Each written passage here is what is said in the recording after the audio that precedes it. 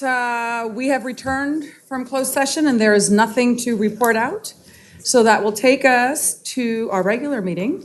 So at this time, I would like to call to order the Elk Grove City Council regular meeting. Today is Wednesday, May 27, 2026, and the time is 6:04 p.m. Clerk. Thank you, Mayor. This meeting of the Elk Grove City Council is recorded with closed captioning. The recording will be cablecast on Metro Cable Channel 14, the local government affairs channel on the Comcast and DirecTV UVerse cable systems. The recording will also be video streamed at metro14live.saccounty.gov. Tonight's meeting replays will be on Sunday, May 31st at 6 p.m. and Tuesday, June 2nd at 9 a.m. on Metro Channel 14. Once posted, the recordings of this and previous meetings can be viewed on demand at the 3ws.elkgrove.gov or youtube.com/metrocable14. For members of the participating audience who may have personal electronic devices, please place them on silent mode during the meeting or on mute when you are not speaking. The Elk Grove City Council welcomes, appreciates, and encourages participation in the City Council meetings. City Council requests that you limit your presentation to 3 minutes per person per item so that all present will have time to participate.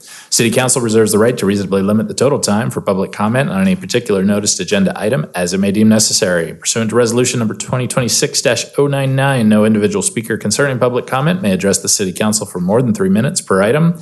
If you wish to address the Council during the meeting, please complete a blue speaker card, which can be found at the back of the chamber, and provide it to Assistant City Clerk Brenda Haggard prior to consideration of the agenda item. With that, Mayor, I'll be moving into the roll call. And for the roll call, I will be starting with Councilmember Robles. Present. Councilmember Spies. Present. Councilmember Brewer. Present. Vice Mayor Suen. Here. And Mayor Singh-Allen. Here. Thank you. Next up is our land acknowledgement. Assisting will be our Vice Mayor. Thank you, Mayor. We honor, respect, and acknowledge Elk Grove's first inhabitants, the Plains Miwok, who lived as sovereign caretakers of this land and these waterways since time immemorial. We commemorate and advocate for their descendants, the Wilton Rancheria tribe, the only federally recognized tribe in Sacramento County, who endure because of the bravery, resiliency, and determination of their ancestors, tribal members, and leaders. Thank you. Next up is our Pledge of Allegiance. I would like to invite Kara Reddick to lead us this evening. I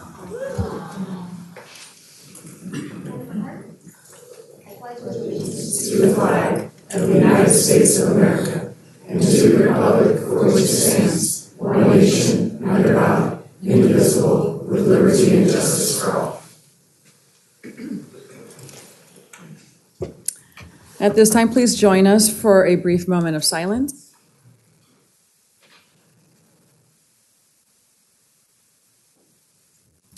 Thank you. Next up is our approval of the agenda. May I get a motion? Second. All those in favor, please say aye. Aye. Thank you. Next item, please. Under Section 3, there are no closed session items on the regular agenda, which will advance us to Section 4, our presentations and announcements, and that first being Item 4.1, which is a proclamation recognizing May as Missing and Murdered Indigenous People Awareness Month. Excellent. I would like to call forward our tribal leaders here with us this evening from Wilton Rancheria. Would you please join us? And assisting with reading of the proclamation is our Vice Mayor. Thank you, Mayor. Good evening. Nice to see all of you. It's my honor to recognize this proclamation, Missing and Murdered Indigenous People Awareness Month, as May 2026. Whereas on May 5th and throughout the month of May, we remember, honor, and act for the lives of all missing and murdered Indigenous people whose lives have been taken as a result of the ongoing crisis, and for those who may be facing violence alone. And whereas California has the 5th largest caseload of missing and murdered Indigenous people in the United States. As California is home to 109 of the 574 federally recognized tribes and holds the largest population of Native American people in the United States. And whereas Indigenous women and girls are murdered at a rate nearly 10 times higher than the national average, and where 4 out of 5 have experienced violence and are targeted for murder, exploitation, and abduction in California's urban, rural, and reservation populations, disappearing at alarming rates with little public visibility and justice. And whereas the City of Elk Grove is committed to spreading awareness of Indigenous people who have gone missing or have been murdered, and those who have not had the proper attention or justice. And whereas we act in solidarity with our community, state, nation, and most importantly, we stand with Wilton Rancheria, the only federally recognized tribe in Sacramento County, as we recognize Missing and Murdered Indigenous People Awareness Month, always seeking to build upon and support our Indigenous communities and to stop this epidemic and heal with our communities. Now, therefore, be it resolved with the City Council of the City of Elk Grove hereby proclaims May as Missing and Murdered Indigenous People Awareness Month in the City of Elk Grove and urges all community members within the city and our state to keep the spirit alive and take action for all our missing and murdered Indigenous relatives as we work to end the violence being committed against them. Thank you so much for being here today. Welcome. Would someone like to speak? Good evening. I just want to say thank you to the City of Elk Grove, the mayor, city council members. On the behalf of Wilton Rancheria, its leadership, and all the tribal citizens, this means a lot, so thank you. Thank you. We will come down. Oh, did you want to speak? I'm sorry. I can speak. Yes, I just want to say thank you for the honor of this and all from our citizens also. Really appreciate you guys. Thank you so much. Now we'll turn. Okay.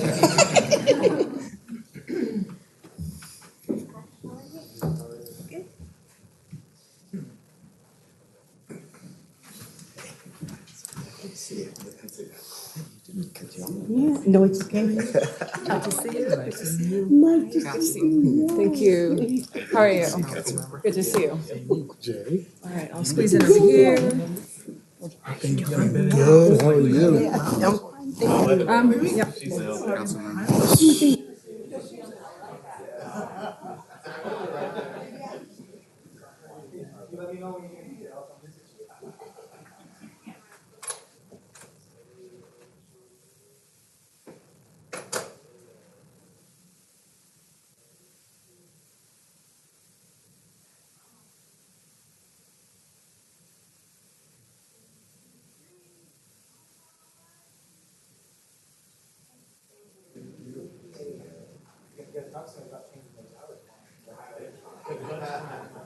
And I can go. Thank you very much. Yep, thank you.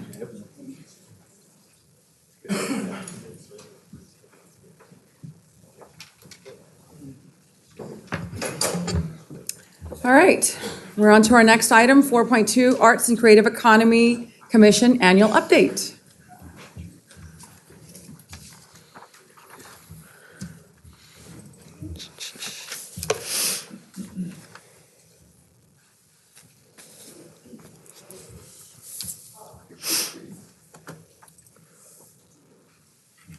All right. Good evening, Mayor, Vice Mayor, City Council members. My name is Sarah Rodriguez, and I'm your Arts, Culture, and Creative Economy Program Manager, and also the staff liaison for the Arts and Creative Economy Commission. So today I'd like to hand the mic to the Commission's Chairman, Brian Rickel, who will walk you through our annual report. And we also have members of the Commission joining us today. So they're in attendance. I'll be here to answer any questions that you have. Thank you so much for your time.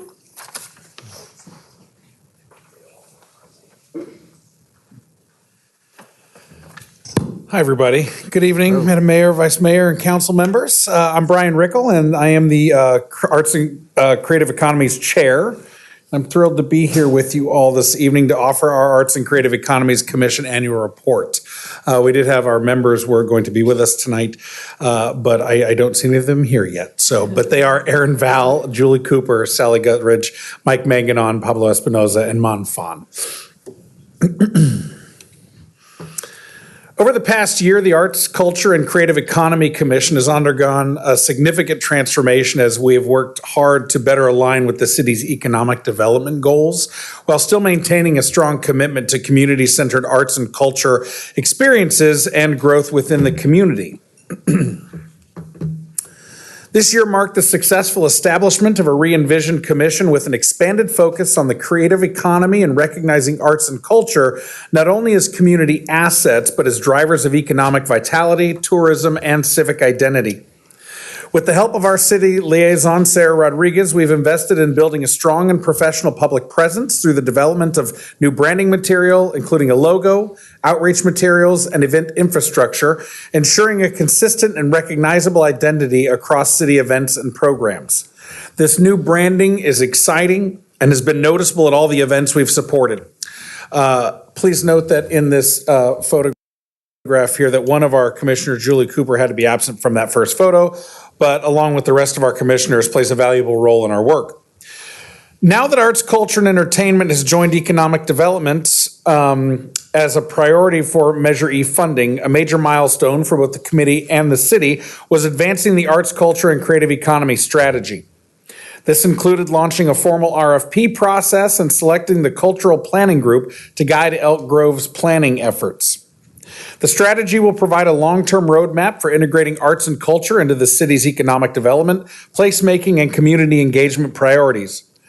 The committee is especially proud of the work accomplished through this process, though the decision was not an easy one given the number and caliber of professional proposals we received.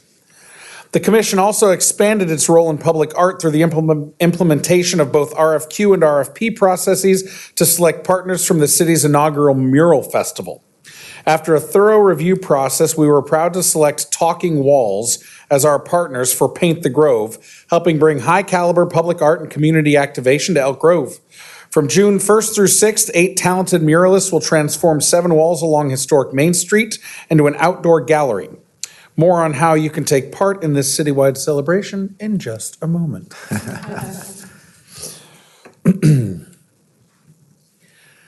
I want to talk a bit about our accomplishments this year. In addition, the commission played a key role in the city's asphalt art task force, collaborating across departments including Public Works, Transportation, Economic Development, and Elk Grove Unified School District to explore innovative community-based design solutions in public spaces.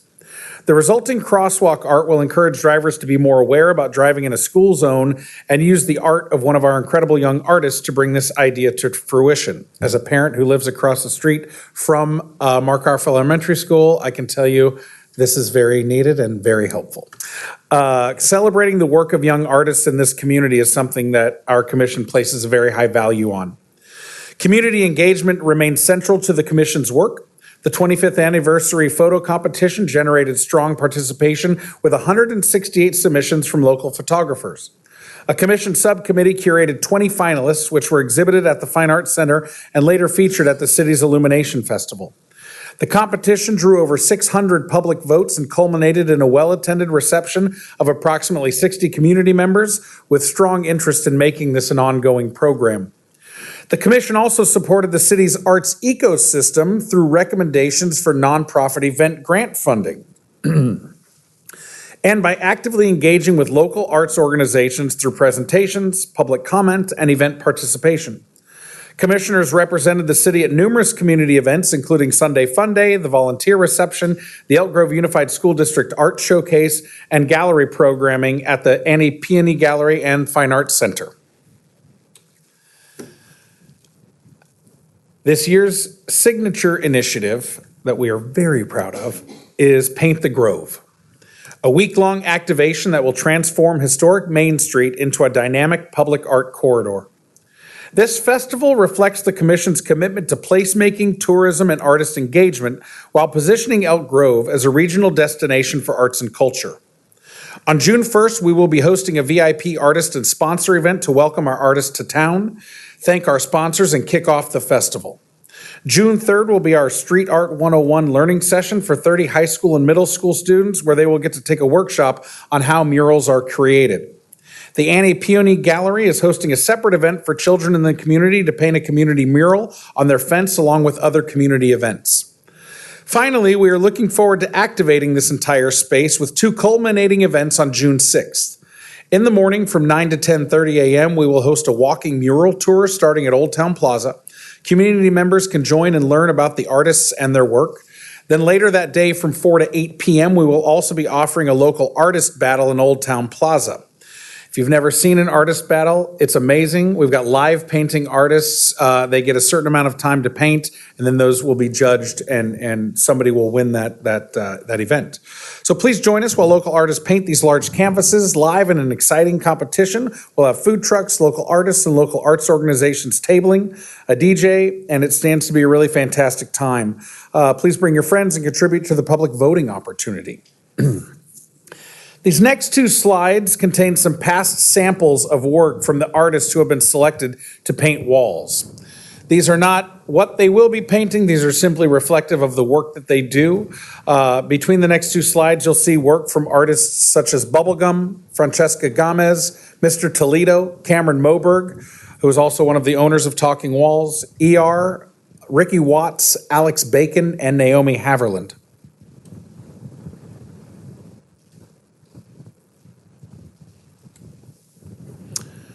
The energy surrounding this festival, its curators, Talking Walls, and the impressive artists we have joining us has been nothing short of exciting. This festival will be a huge celebration for our city and our region. These murals will become a part of our heritage, a part of our history. The moment they are finished, they become a part of our city.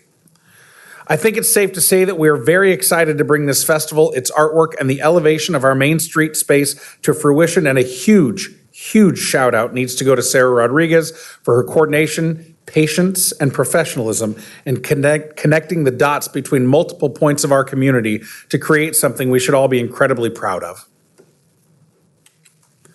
This festival alone strikes at the heart of what we would like to accomplish in our work, and I hope you're all able to join us June 6th for the culminating activation events.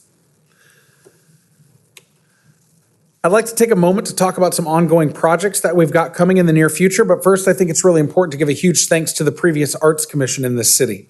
They have been responsible for these projects that continue to use art in an effort to make our city better. We are grateful to all of them for their work and the foundation that they gave us moving forward.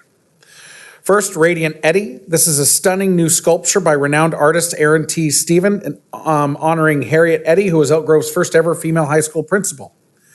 She also helped establish her school's first library. Radiant Eddie celebrates how the ordinary can become extraordinary. And I think it's really apropos that she was a principal at a school for our young people. As an educator, I think watching young people become extraordinary is one of the best things we can do. This will be installed beginning June 24th at the new library location. The other Books and Ideas, this beautiful Art Deco style piece currently lives in the existing branch of the Elk Grove Library and will be relocated to the new space in early August. Created by Arthur Stern, Books and Ideas is an important part of our library's history.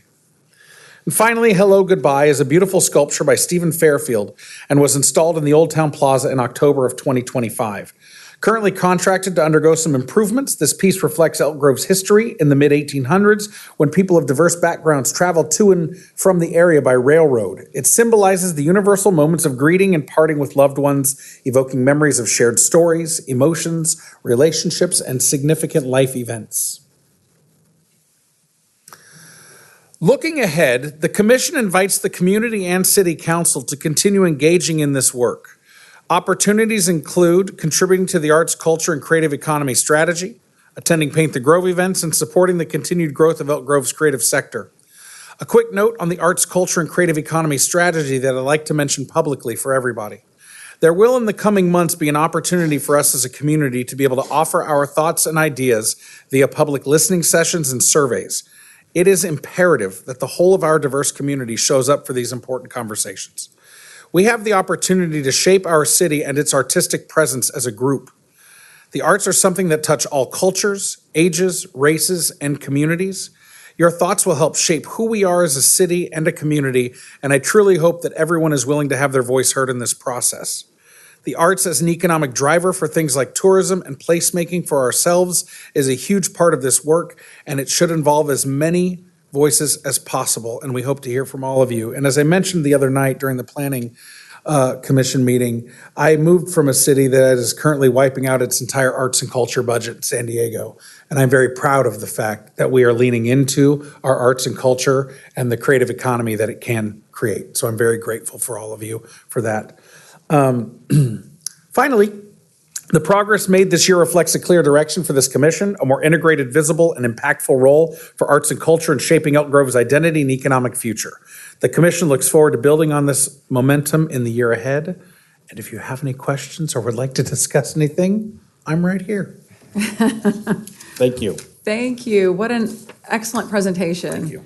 I am so looking forward to the events in June and seeing the murals. Yeah. It's exactly what our city needed. I can't wait. Yeah, it's going to be exciting. Any questions, comments from my colleagues? Looking to the right, seeing none, left, none? Yes? Yes, go ahead, Councilmember Brewer. Chairman Rickle, I want to thank you for the presentation, and I want to applaud you for your leadership with the commission itself. Your passion for arts and how it ties into a community and how it helps bolster the economic development for us really means a lot. And having the members who sit on this board with you that has that same sort of commitment and vision, coupled with Sarah's intuitions and work ethic, really plays into the bigger picture on why all of this is transforming in such a great way. I want to thank you for that. Thank you. I really appreciate it. Thank you. Thank you, Mayor. Yeah, I'll echo those sentiments. You are an excellent addition to this commission, and all the commissioners, are fantastic. But I really appreciate not just what you presented, as Councilmember Brewer mentioned, but your nod to the previous commission members, because we are like progressing and just taking steps forward, and their contributions I think were fantastic, and as are yours. And so seeing the different ideas come forth is really exciting. I love this Paint the Grove concept, so really excited to see what comes of that in a week or so. But it's just, as you first started speaking, I was just thinking about how our community is coming along, embracing the arts and really becoming more colorful, if you will, based on that. So thank you so much for all your work in this. And I can't believe that San Diego did that. So, they're a beautiful, they're a beautiful city too. But really, when I think about what they've done and where we are going, that gives me hope. For our future too. So I think we're gonna have experience great things thanks to you all. Thank you. Thank you. Thank you, and to all the commissioners for all the great work. I will. Thank you. I'll pass that on. Thank you. Thank you. All right. We will move on to our next item, public comment. At this time, I will open up the public comment opportunity. We have 2 people signed up. We'll start with Mark Graham, followed by Lynn Wheat.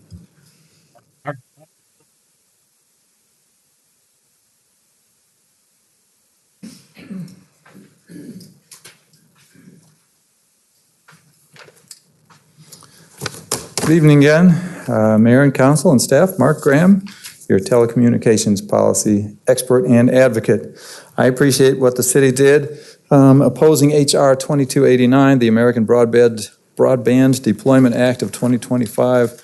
I have here in my hands a copy of the letter signed by our mayor. You have this, and I don't know if you read it, but I do encourage you to read it. I'll tell you just a tiny little bit. The city is strongly opposed to H.R. 2289, the American Broadband Deployment Act of 2025. It would undermine public safety, force local taxpayers to subsidize private corporations, and disrupt the very broadband deployment progress that it aims to accelerate.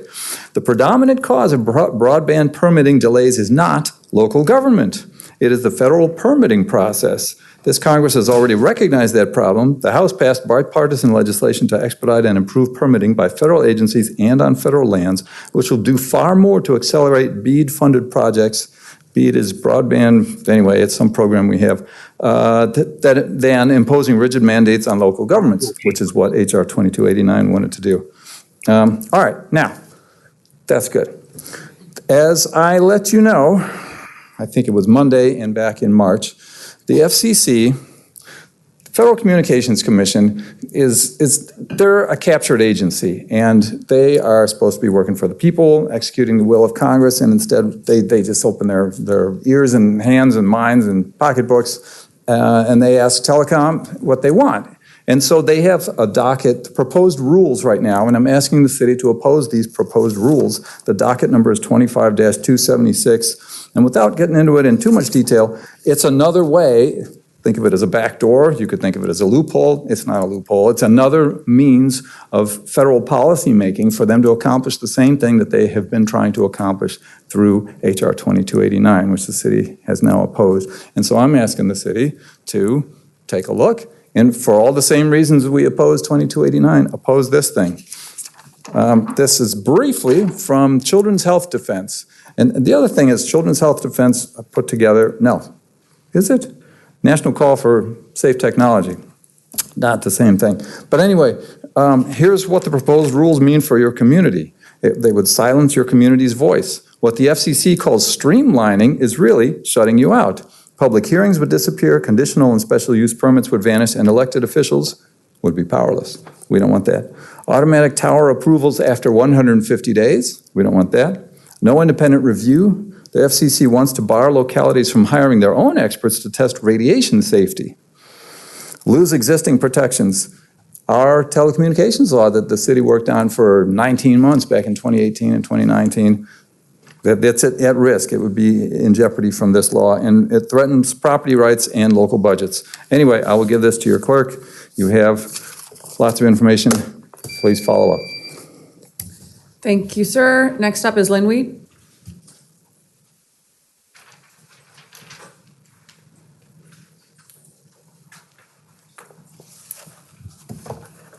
Good evening. I don't know if you can see it, but I'm proudly wearing my Elk Grove 101 alumni shirt. So I just finished that 9-week program, and I just want to commend staff for just putting together an excellent program, being willing to answer questions, and if they didn't have the answer, they followed up with emails, and I just really appreciated that. And I also have my little certificate that I will put with my Citizen Planner certificate from 2015. So I have friends say to me, why did you sign up? You go to all these meetings, you know what's going on in the city, you know how the departments run. And I said, well, you know, I am sure I could learn something new. So something that I will share with you, I learned more than one thing, but one of it was that our households are serviced by Republic, and that our apartment complexes and our businesses are serviced by Cal Waste. So we have two different trash carriers operating within our city. And I also heard that our staff are working with our apartment residents to really begin to participate individually in recycling. So I was excited to hear that. Again, I could probably stand up here for 10 minutes and just keep saying they did a great job. It was a good use of my time, well worth it. I have a binder now that has all these our different departments. So when I come to meetings now and I get new information, I'll have a place to put it. So then when I'm home, I won't have to search through endless material. So again, I want to commend them for this. I met a lot of new people, and it reaffirmed why I live here, because we just have some really kind, wonderful, caring people. So I have a couple minutes. I love the idea of arts, and I focus on it's a quality of life issue for the residents here. And so I think that should be like our primary, who are we serving? We're serving the residents here. And a secondary benefit would be, getting more tax dollars and creating a tourist destination. But I think we really ought to focus on it's for our residents. Thank you. Thank you. That concludes public comment. I will go ahead and close the public comment opportunity, and we will move on to our next item, our city manager's report. Good evening, Madam Mayor, Vice Mayor, members of the City Council. Jason Behrman, your city manager. Several items to report on this evening. First item is the 2026 Elk Grove Community Survey is currently open to anybody in the city of Elk Grove that wants to complete it. It's available up on the city's website. It'll be open through June 1st, so we encourage everybody to go on there and complete that. As Ms. Wheat just mentioned, we just finished our latest cohort of Elk Grove 101, great successful program. Appreciate everybody spending those 9 weeks with us. We had 24 residents that graduated through our program this time. We'll start the next cohort in August. That'll be another evening session. This one was a morning session. We kind of alternate back and forth to accommodate people's schedules. And this last one we just finished was the first time the CSD had a day to talk about Parks and Rec and fire. So it was great having them, and they did a great job as well. Let's see, May is Bike Month. So the city will host its final free e-bike class on Saturday, May 30th from 10 a.m. to noon at District 56. The class will review e-bike type, safety, maintenance, and storage. Elk Grove residents who attend will be entered into a raffle for a free e-bike. So that's a huge motivation to come on out and make yourself eligible for a free e-bike. Space is limited. We encourage people to register at our website, elkgrove.gov. Already talked about the Paint the Grove that we're super excited about. And then we do have our Pitch Elk Grove. Applications are open right now for our fall event. Encourage anybody that knows a business that wants to be part of that to go on our website and look for those opportunities. The community is invited to attend the event, which will be on September 3rd at District 56. And then several of you went to this, but on May 16th, we had the Luke Bryan concert in Elk Grove. We had more than 20,000 people come to Elk Grove to a sold-out Luke Bryan concert at the Man Ranch. Data shows that people came from all over Northern California, the Bay Area, further north, further south, so great event. Despite heavy traffic at times, concert goers came away thrilled with the experience and their time in the city of Elk Grove. City teams are already planning how to make future large-scale events even more successful. So thank you to our police department, our finance department, our community development department, public works, everybody that had a hand in making sure that was a safe, successful, fun event and really showcase our city in a positive way. So kudos to everybody on that. And then my final item is I wanted to recognize our very own Kara Reddig. This is her last city council meeting. She's been with the city for nearly 24 years. She is the longest serving city employee that the city has ever had. And we are going to miss her tremendously. She's done an amazing job working her way up from a management analyst to now deputy city manager. She's leaving us to assume the head of the City of Lodi organization as its city manager. We couldn't be more proud of her and grateful for her time with us. Our community is better. Our organization is better because of her talent, her effort, her engagement with so many of us. So we're going to miss her. We're proud of her and wish her nothing but the best in her next endeavors. And I know the council also have something that they'd like to share with Kara, so I'll go ahead and turn it to you guys. Yes, thank you. Of course, the city of Elk Grove wants to recognize and appreciate all of your hard work. So whereas Kara Reddig is set to become the city of Lodi's first female city manager, yes, and it is with bittersweet congratulations that the city of Elk Grove has the honor to recognize her nearly 2.5 decades of public service with the city of Elk Grove, having touched the lives of thousands, including community members, colleagues, and staff, serving as a dedicated professional, inspirational leader, and thoughtful mentor. And whereas Kara served as the deputy city manager for the city of Elk Grove, where she provided executive oversight of key city functions, including public affairs and communications, community engagement, human resources, risk management and operations oversight of District 56.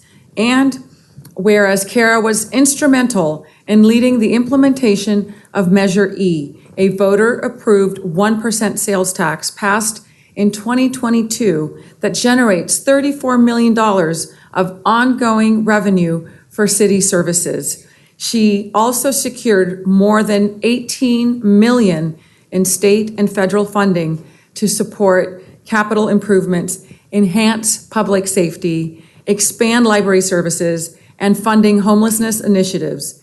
And whereas Kara Reddig has served as a force of positive transformation to our community and organization, imparting a legacy of excellence to the community of Elk Grove.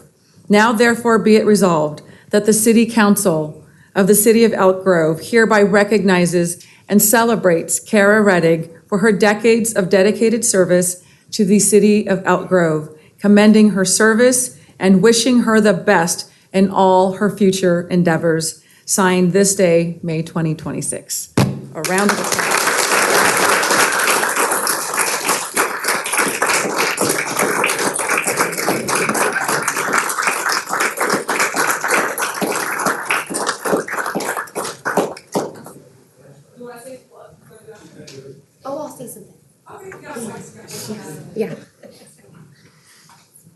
Mayor and members of the City Council, Kara Reddick, Deputy City Manager. I'm so honored to have served this community for the last almost 24 years. And I have my tissues because I'm a crier. But I think you had me at the pledge because I don't think I've ever done the pledge here. And Oh, my God. that just means a lot. And I thank you for the proclamation. I want to thank the council for your leadership with the community and the city. Not every city council operates like you do. And you are a model council for cities throughout the state and the nation. The way you treat staff members, community members, and your leadership. So I want you to know I appreciate that about you. I want to thank Jason Behrman, City Manager, for his leadership. I can't really look at him because I'll get all emotional. But he has been a leader and a mentor to me since he started. He is an exceptional city manager, and we are very lucky that he's leading the city. You have an amazing executive team and an amazing staff. And everyone here has a hard-working attitude, continuous improvement, and they care. They care about the community, and I think that goes a long way. So I just want to thank all staff, the executive team, Jason, and the council for this opportunity. And I'm very honored to be going to the city of Lodi as their next city manager. And I hope that I can lead them in a strong way and bring a little of the Elk Grove magic to Lodi. So thank you. Congratulations. Oh, my goodness.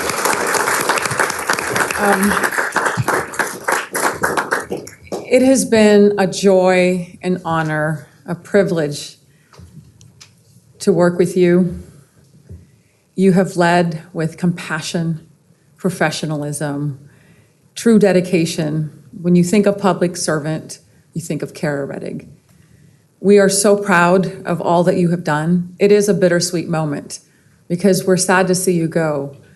But we know that you have your wings and you're going to fly to the next city, and they need you. Mm-hmm. They need you, and they're lucky to have you. We do, a couple of us have a friend down there, the vice mayor there. I think he's vice mayor, Mikey.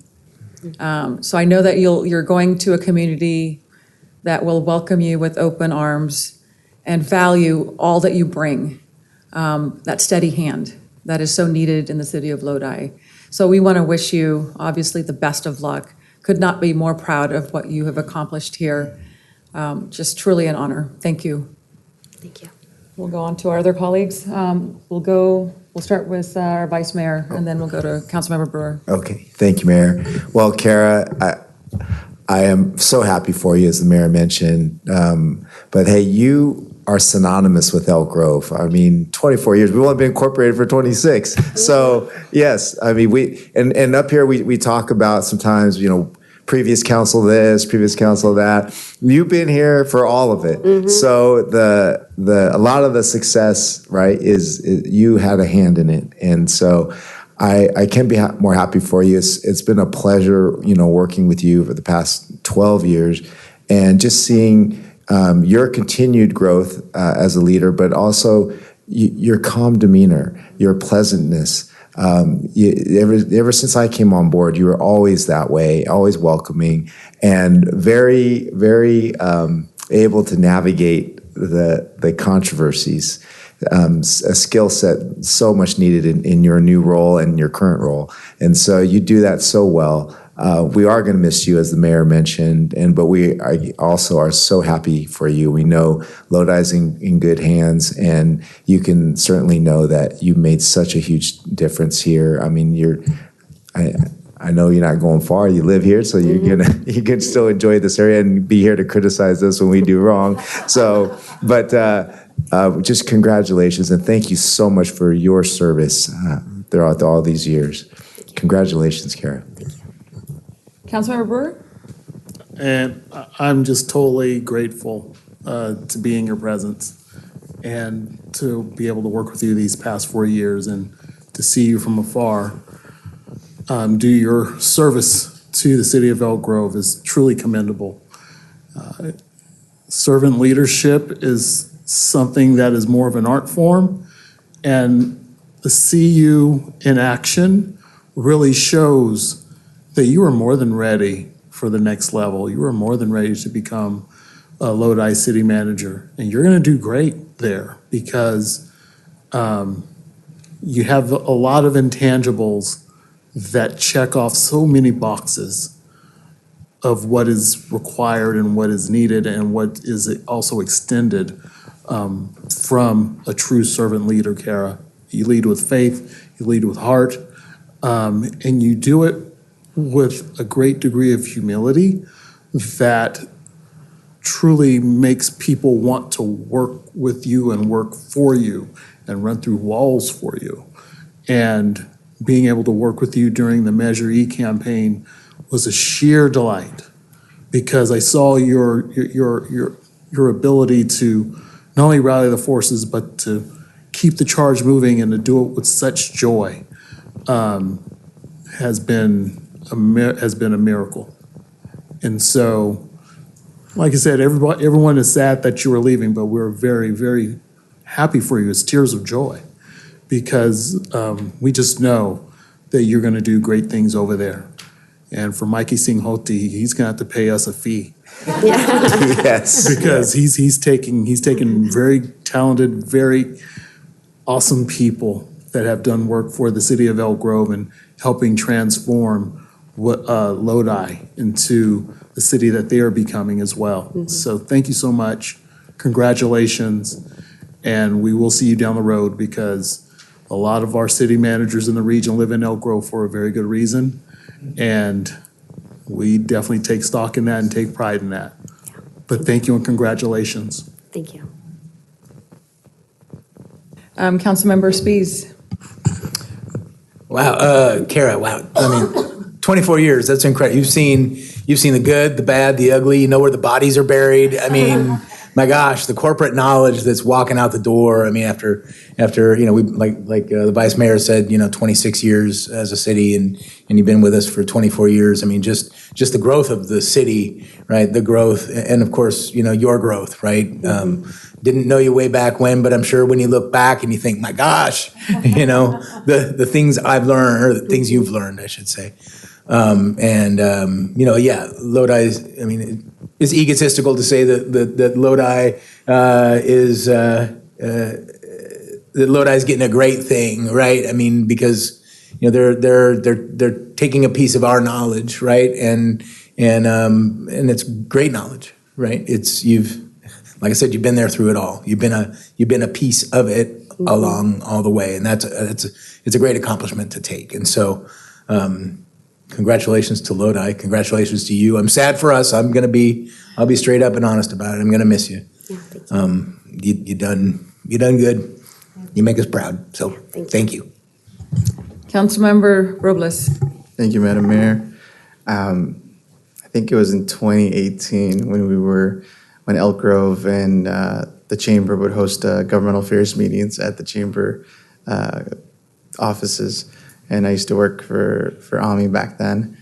And I think I would give my federal update really nervous after hearing yours because yours was just perfect, especially explaining everything on the city. But you were always the nicest person to me as a staffer. And that's something that just everybody who's a staffer remembers when someone on the executive team is super nice. You've always been so warm and welcoming. And I know that for several of the colleagues, that's why a lot of them were tearing as they were reading the proclamation. You just embody love and kindness and warmness. Lodi is very lucky. I was at an event yesterday with their mayor, Ramon, and literally I was like, you are lucky. You're taking someone who is amazing and who's going to make change. To be the first woman city manager to lead that. I can't wait to see the great things that you're going to do for Lodi. They are excited. I'm not going to say that they're excited for the growth, but they are excited, and they have the right person to steer that ship, right? So thank you for everything you've done, and I can't wait to see your success and cheer you on from afar. We're just right down the street. We are the best district, but we are one city. District 4, but one city. But no, just thank you for everything you've done for the countless hours of working, that folks don't see even the sacrifices that you and your family made for our city throughout these 24 years. We truly appreciate it, and we wish you the best. Thank you. Thank you. Good luck and Godspeed, friend. We were going to come down. Okay.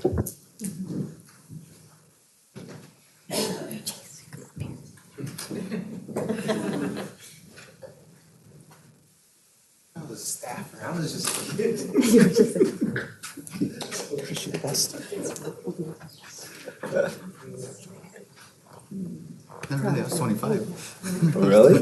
I was just a kid. He's still a kid. No, I just got gray hairs. Jason, when you draw a map for where the bodies are getting. Thank you. Thank you. Yeah. Yeah, be on the sides of the diet or something. All right, let's scoot in just a little bit, please. 1, 2, 3. More. 1, 2, 3. Thank you. Thank you. Thank you. This is awesome. You're amazing. Good job. Can we give her another round of applause?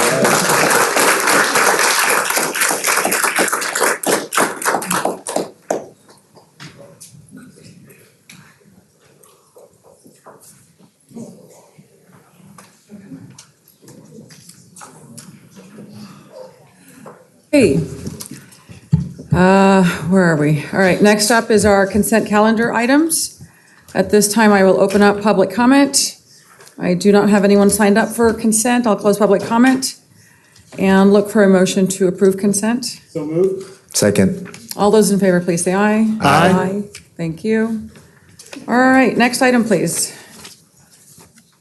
Take us to section 8, our public hearings. And our one public hearing is item 8.1, which is conduct a public hearing to consider resolution confirming the Laguna West Service Area fiscal year 2026-27 annual report and ordering the levy of the Laguna West Service Area, formerly County Service Area number 5. Good evening, Madam Mayor, Vice Mayor, and council members. I'm Cindy Tiffany, Finance and Budget Analyst for the Finance Department, and I'm here to present the Laguna West Service Area levy for fiscal year 26-27. The Laguna West Service Area was originally established in 1992 by Sacramento County as what it was known as County Service Area 5. The city of Elk Grove assumed administration in 2003 when Laguna West was annexed into the city and became known as the Laguna West Service Area. The service area provides an array of services such as street sweeping, road maintenance, drainage services, and administration to the area. Shown here is a map of the service area. The parcels that are within the district are shown in the colored areas, and the map has not changed since the service area was created by the county in 1992. In 1993, Sacramento County Board of Supervisors adopted ordinance number 1418, which established the service area allocation formulas and the procedures for collecting County Service Area 5 service charges on the property tax roll. To levy the service charges, the governing jurisdiction must confirm an annual written report detailing the individual parcels and the respective service charges. The formation documents establish the basis for the annual increases. Since the levy is being assessed at the maximum rate, the levy cannot be increased. Here is the proposed service charges for 2026-27. As you'll see, it keeps the same charge level as the prior year, which, for example, is $17.04 per single-family residential home. Staff recommends maintaining current service levels to provide an adequate revenue stream for projects and services, to maintain sufficient reserves for future projects, and to maintain consistency with the proposed 2026-27 budget document. Staff recommends to adopt the resolution for Laguna West Service Area for fiscal year 2026-27, which will confirm the annual report and order the levy. This concludes my presentation. Thank you for your time. If you have any questions, I'm available. All right, thank you for your presentation. At this time, I will declare the public hearing is now open and open up public comment. We don't have anyone sign up for this. We'll close public comment, and I will declare that the public hearing is now closed. Any questions? Bless you, bless you. Otherwise, I look for a motion. Move to adopt the resolution. We have a motion and a second. All those in favor, please say aye. Aye. Thank you. All right, our next item, please. I'll move us to section 9, our regular agenda action items and recommendations. And the first item is 9.1, to consider resolution levying the fiscal year 2026-27 special taxes or special assessments for 7 community facilities and special districts. I'm back. I'm here to present the fiscal year 2026 26-27 special taxes and assessments for the city's community facilities districts and assessment districts. The city administers 7 special tax districts. These districts provide funding for infrastructure improvements, which may be bonded or not, police services, maintenance services, street maintenance, and street lighting maintenance.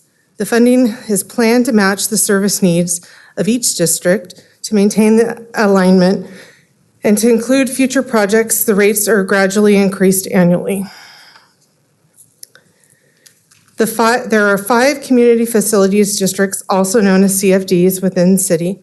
2 of these districts have an infrastructure as well as a service component. There are 2 assessment districts within the city, street maintenance and street light maintenance.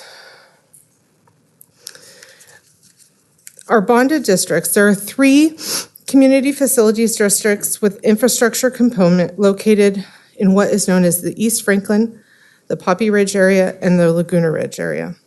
These community facilities districts are bonded, which means they are supported by debt. They fund the construction of new improvements, projects such as roadway, sewer, drainage, and public projects, capital improvement projects. Recent projects include District 56 facility, the Nature Preserve, Civic Center, Community Center, and also the Camera Road improvements. These CFDs have different sunset dates that are set by the original formation documents. For services district, the city has 4 community service districts that are service districts and 2, maintenance service districts, and 2 for police and 2 for maintenance. CFD 2003-1 is Poppy Ridge Police Service, which is within that district, just the Poppy Ridge district boundaries. CFD 2003-2 is police services for the rest of the Elk Grove boundaries. CFD 2005-1, Laguna Ridge Maintenance Service, is for the Laguna Ridge district only. The 2006-1 is maintenance services for the rest of the city, and that has 17 different tax zones based on on-site maintenance requirements and projects. There are also 2 assessment districts that are considered service districts. Street Maintenance District Number 1, which has 5 different geographic zones throughout the city, and Street Lighting Maintenance that has 2 geographic zones. The goal is to fund ongoing authorized services such as police, street lights, landscape of public parks, trails, channels, and other open spaces. These districts are not bonded and are levied into perpetuity. Here's a quick summary of the different districts and whether they're infrastructure or service related.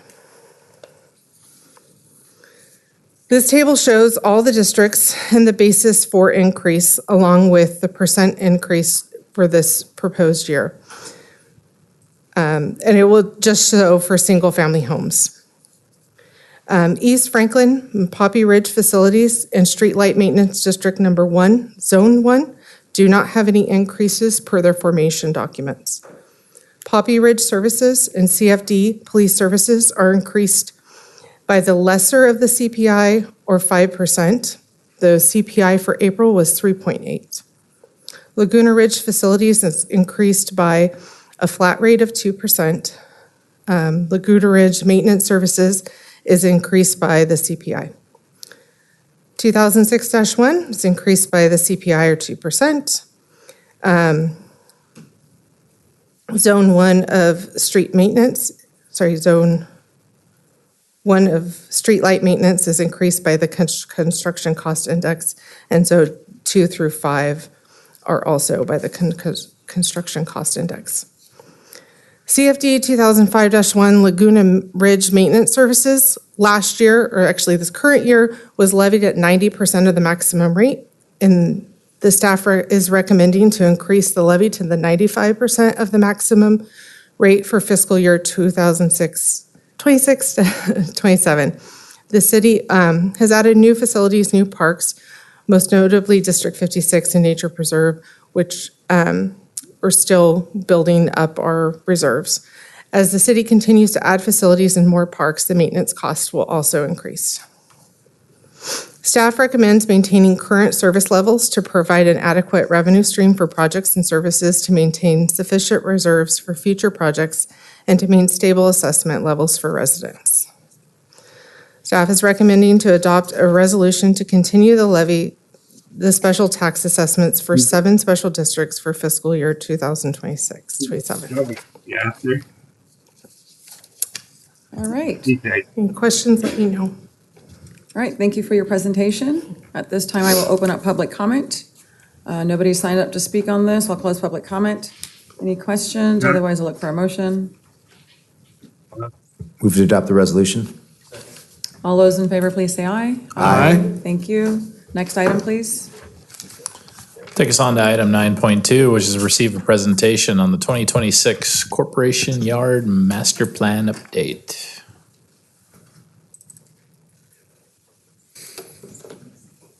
Children, are they from? You think so? All right. Good evening, Mayor, Vice Mayor, Council members. My name is Sean Gallagher, Deputy Director of Public Works, and tonight I will be presenting the 2026 Corporation Yard Master Plan Update. This presentation provides an overview of why the update was completed, what the master plan evaluated, the long-term facility options considered, and the recommended path forward to support public works operations as Elk Grove continues to grow.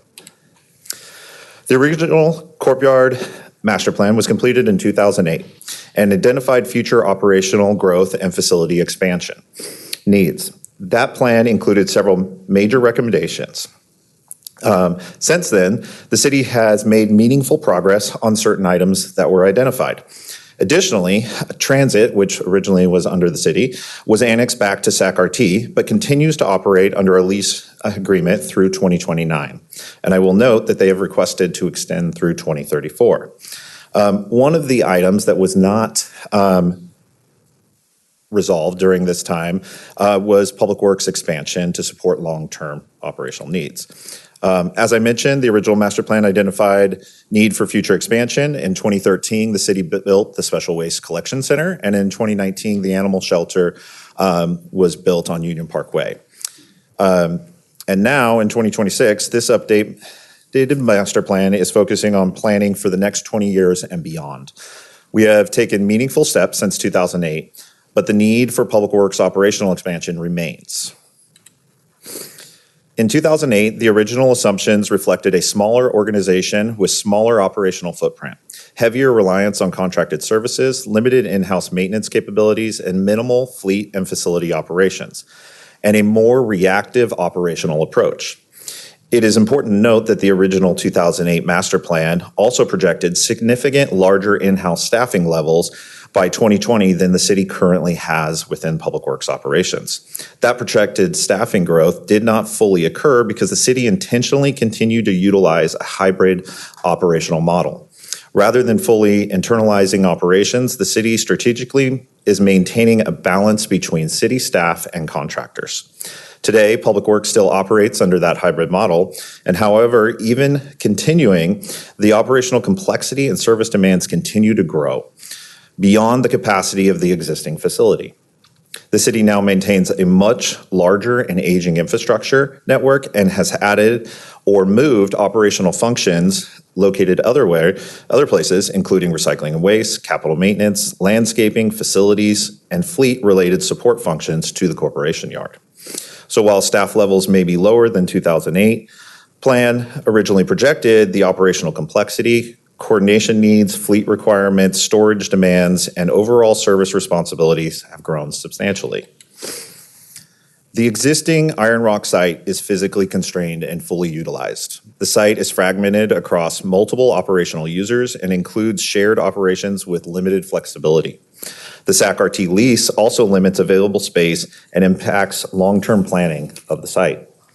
Circulation is constrained, especially for larger vehicles, equipment movement, deliveries, storage access, and daily operational flows. There is no meaningful room for future growth on the existing site. And the facility itself has been repurposed over time to accommodate changing needs rather than designed specifically for today's public works operations. The 2026 master plan was completed to provide a comprehensive evaluation of current conditions and future needs. The analysis looked at three primary areas: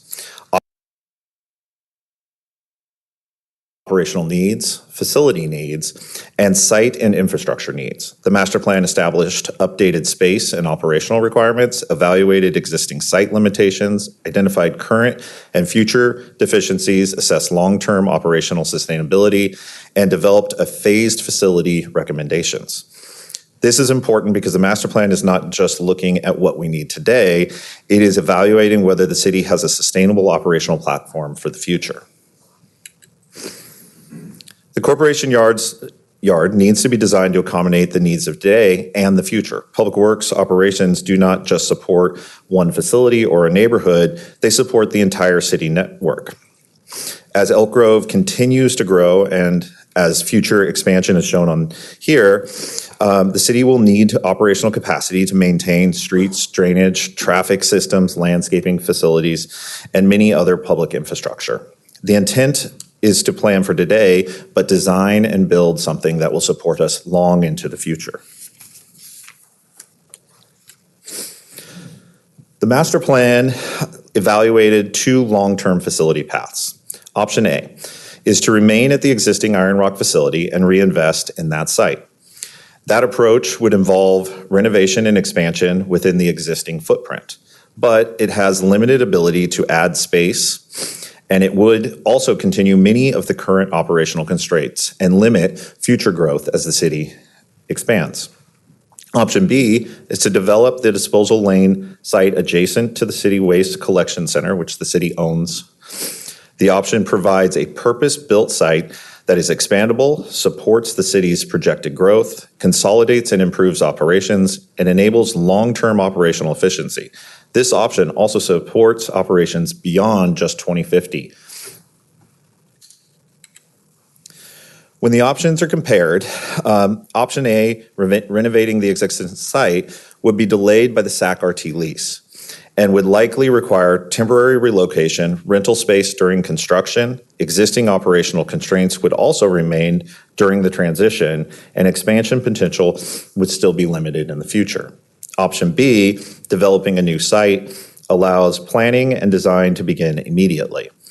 It avoids disruption to current operations and can be designed specifically for long-term growth, lowers operational risk, and creates a purpose-built modern facility beyond 2050.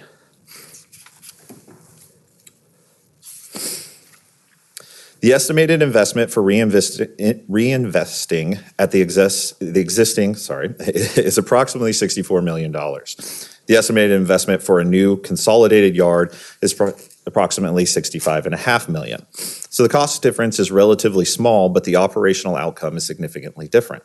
Option A has high operational disruption, likely temporary relocation needs, constrained expansion capacity in the future, and limited long-term efficiencies. Option B has low operational disruption, does not require temporary relocation, provides significant expansion capacity if needed, creates high long-term operational efficiency, and will address current deficiencies in a shorter time frame. A new corp yard supports multiple city operations and service areas. So the funding strategy is a balance of debt service and cash on hand across multiple fund sources. Staff is evaluating a combination of capital reserve, capital project funds, enterprise funds, internal service funds, and bond financing. The funding sources shown here are some of those identified.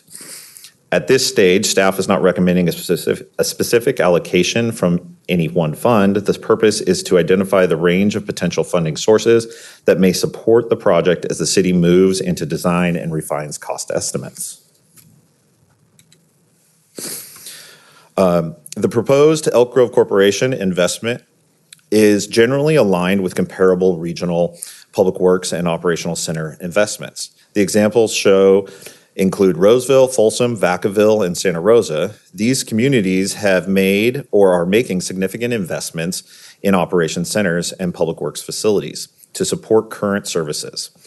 The key point is that Elk Grove's proposed investment is not out of line with peer communities. It is right-sized for a growing city. There's also the do-nothing approach, but it increases operation inefficiencies and risk. The existing facility already exceeds operational capacity. Continued overcrowding reduces efficiencies and can affect response time. There's no room for future staff, fleet, or equipment growth. Maintenance and safety compliance deficiencies will continue to increase. The city will have a greater reliance on off-site storage and temporary solutions, raising costs in the future. This conceptual layout shows how the disposal lane site could be organized to support public works operations. The layout includes an administration building, shops, areas, storage buildings, fleet and equipment areas, material storage, and circulation designed around the operational use. The goal is to separate public-facing and administrative areas from yard operations, improve security, provide better vehicle and equipment flow, and create a more efficient relationship between staff, fleet, shops, and storage. This is still conceptual and would be refined through future design, but it shows that the site can accommodate the core operational functions needed for a modern corporation yard today, but also in the future. The second conceptual drawing shows another way the site can be organized. The purpose of showing both layouts is to demonstrate that the disposal lane provides flexibility. Different configurations can be studied as the project moves into design.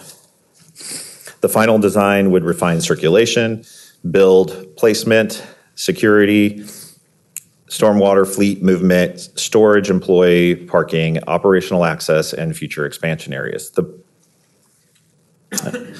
The capital improvement program presentation immediately following this item includes a recommendation to add approximately $1.5 million to begin initial design and project development activities associated with the courtyard project. Future phases, funding strategies, and construction authorization would still return to council through the normal capital planning and approval process. The slide shows a preliminary planning and implementation schedule if approved. Design could start in July of 26. Design completion in the fall of 2027 with bidding coming after that, and construction is anticipated sometime between 2028 through 2030 with an estimated 18-month construction window. The schedule is preliminary and will depend on council direction, funding strategy, project delivery, and future design development. And that concludes my presentation, and I'm happy to answer any questions. All right, thank you for that.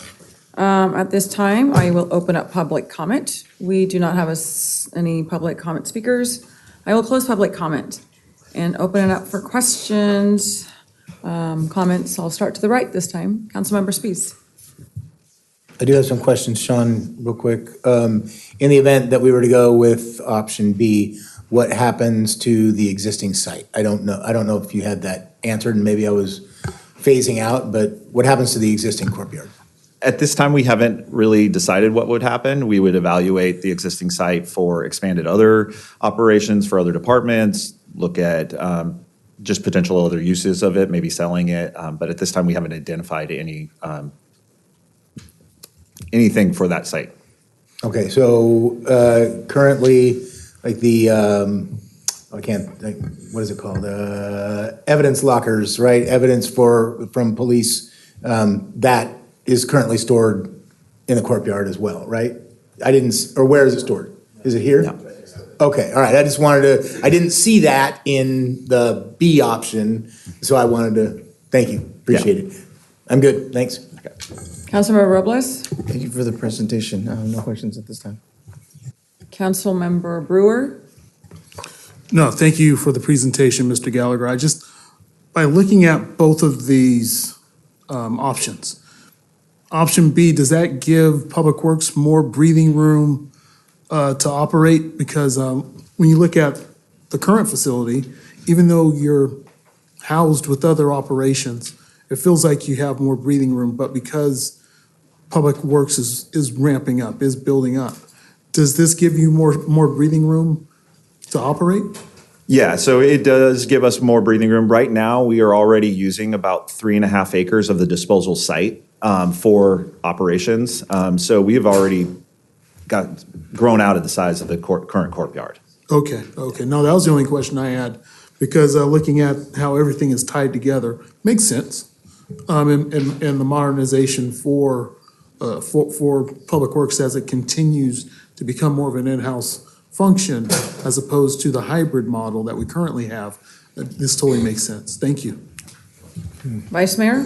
Yeah, thank you, Mayor. Yeah, I agree with Councilmember Brewer. And when you see the cost comparison and similar costs to do a new site that gives you more efficiency and you're able to consolidate versus just rehabbing the old site, similar costs. So you're not planning for the future, so to speak. So I think this does make more sense. I like the graphic here. That I definitely would encourage the covered parking. I think that I've seen it in other facilities around, and it really makes a difference. As well as I like the trees on here too. There's a lot of pavement out there. It's going to get really hot during the summertime. So hope you guys emphasize that. But I would definitely support moving to the newer courtyard, and appreciate the conversation earlier with the team. Thank you.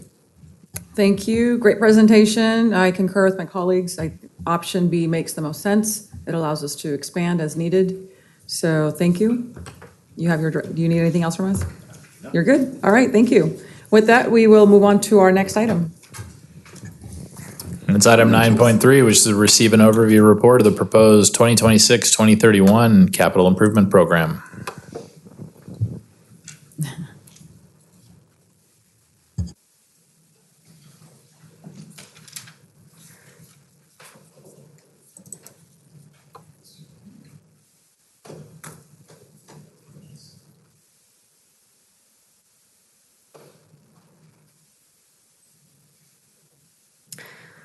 Apologize for the number. It looks like I got that one wrong.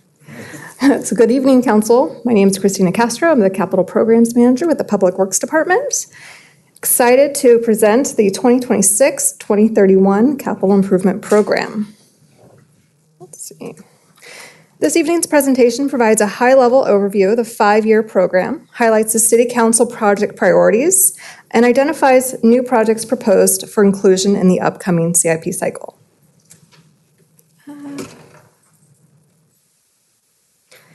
The Capital Improvement Program serves as the city's long-range planning and budget document for major public infrastructure improvements. The proposed 2026-2031 CIP includes 97 total projects, consisting of 74 capital improvement projects exceeding the city's $250,000 CIP threshold, and 23 minor projects or studies included for reference purposes. This year's program adds 17 new projects across multiple categories.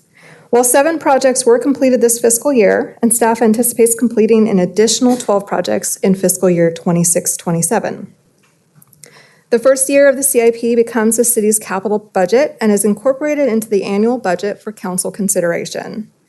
The remaining 4 years are forecasted and refined annually as projects advance through planning, environmental, design, and the funding phases. The CIP is organized into the 5 primary program categories: alternative transportation modes, which includes a pedestrian, bicycle, and transit improvements; community enhancements, including landscaping, lighting, parks, and public spaces; drainage projects focused on flood control and stormwater conveyance; and transportation projects such as roadway improvements, traffic operations, and pavement rehabilitation. Together, these programs support the city's continued growth, infrastructure reliability, public safety, mobility, and quality of life. The proposed 5-year CIP represents approximately $450 million in planned capital investments over the next 5 years. The city continues to aggressively pursue state and federal grant funding opportunities to leverage local funding resources and advance priority infrastructure projects. This slide illustrates the distribution of funding across the 5 CIP program categories. While transportation projects represent the largest share of overall funding due to the scale and complexity of roadway and interchange improvements, the number of projects across the 5 categories remains relatively balanced. This demonstrates the city's continued investment across multiple infrastructure needs, including facilities, drainage, trails, parks, and community enhancements. Given the size of the overall program, tonight's presentation will focus on the City Council priority projects that are either under construction or soon to be, advancing through design, or beginning in the upcoming fiscal year. One project completed this year was the Ty Lenahan Public Safety Center monument and City Hall signage improvements. This project was highlighted earlier this month during the campus dedication ceremony, honoring Officer Ty Lenahan, and represents an important community and public safety investment. Construction of the new Elk Grove Library, located at the former Rite Aid building at 9260 Elk Grove Boulevard, is nearing completion. The project was supported through both state grant funding and local funding contributions and will provide expanded library services and community gathering spaces. The grand opening is currently anticipated this fall. Construction is now underway on the Laguna Creek Multifunctional Corridor project. This project includes approximately a half-mile of new trail improvements and 2 bridge crossings that will improve regional trail connectivity east of State Route 99 and connects the Camden area to the future State Route 99 overcrossing, which then will connect to this next segment of the Class 1 bicycle and pedestrian overcrossing, which has secured more than $10 million in grant funding and will provide a critical non-motorized connection across Highway 99 as part of the larger Laguna Creek Interregional Trail System. Construction is anticipated to begin in early 2027, just around the corner. Another one for this coming construction year is the Elk Grove Boulevard Streetscape Phase 2 project. Continues through our final coordination for utility and relocation activities. This project will include the underground utility conversion, pedestrian and bicycle enhancements, landscaping, lighting, and roadway improvements intended to improve accessibility and enhance the historic Elk Grove corridor. Construction activities are anticipated to begin later this year following the ongoing utility work by PG&E and SMUD. Design and right-of-way acquisitions are currently ongoing for the Grant Line Business Park Sewer Project. This infrastructure project supports future economic development opportunities within the Southeast Industrial Area and is anticipated to begin construction in early 2027. As part of the city's Climate Action Plan implementation efforts, the city continues transitioning portions of its fleet towards electric vehicle infrastructure. This project includes installation of fleet charging infrastructure at the police department fleet facility and was supported through a $1 million appropriation grant. The project's currently in design and construction anticipated in early 2027. Sneak preview of an upcoming presentation, but just for fun, the Fish Hatchery Site Restoration Project will restore the site to a more native and environmentally sensitive condition while evaluating future educational and community opportunities consistent with the conservation easement. Environmental studies and conceptual design are currently underway, and future concepts will return to council. Earlier this year, City Council identified the preferred site for the city's future permanent homeless shelter facility. The project will provide long-term shelter and supportive services for individuals and families experiencing homelessness. Design and right-of-way acquisitions are actively ongoing. And the Camera Road Extension Project, still a priority project identified as a segment A1 of the Capital Southeast Connector, will construct a new 2-lane roadway connection between Bruceville Road and Interstate 5. Final design and right-of-way acquisition efforts continue as the city actively pursues grant funding opportunities to support the future construction. And the Whitelock Parkway State Route 99 interchange project that came to council previously this year includes a new interchange, bike and pedestrian facilities, auxiliary lanes, and the state route on State Route 99 intended to improve regional circulation and support plan development. The city is advancing the project through a CEQA-only environmental process with a target delivery timeframe around 2030. The Lots Parkway and Promenade Parkway extensions will realign Promenade Parkway up to the intersection of Lots to support the future traffic circulation associated with the Whitelock interchange. Environmental and design activities are underway, with construction anticipated ahead of the interchange project to support the overall system. City Hall tenant improvement project remains in design and includes HVAC replacement, roofing improvements, EV charging infrastructure, space optimization, and expansion opportunities to support the city's growing operational needs. Construction is currently anticipated near the end of 2027. With the relocation of library services to the new facility later this year, the existing library site on Elk Grove Boulevard will become available for future reuse opportunities. Staff will begin a feasibility study this fall to evaluate future uses and revitalization opportunities for the site. And finally, the proposed new courtyard will begin design with this council's recommendation that was taken tonight. This year's CIP includes the 17 new projects listed above across multiple program areas. These projects range from roadway and facility maintenance improvements to trail expansions, accessibility upgrades, park improvements, and operational infrastructure needs. Several projects are positioning the city to competitively pursue the future grant funding opportunities and support long-term infrastructure, resiliency, and service delivery. And that concludes my presentation. Thank you for your time. I'd be happy to answer any questions. Thank you. Excellent, excellent presentation. All right, at this time, I will open up public comment. No one has signed up to speak on this item. I'll close public comment, and we'll start to the left this time. Any questions or comments? Councilmember Brewer? No questions, no comments. I want to thank you, Ms. Castro, for this great report. The projects that we have that are moving, the progress has been really good. And it's just, I'm very curious to see how things progress on the transportation projects specifically.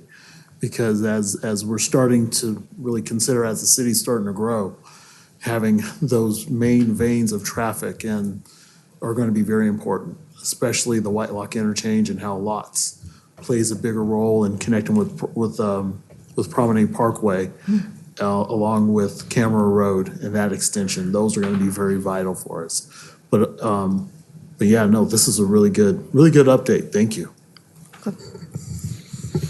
Vice Mayor? Thank you, Christina, for this presentation. Exciting to see all the good work we have going on still. So appreciate the information. Thank you. Councilmember Spies? Thank you, Ms. Castro. There's a lot of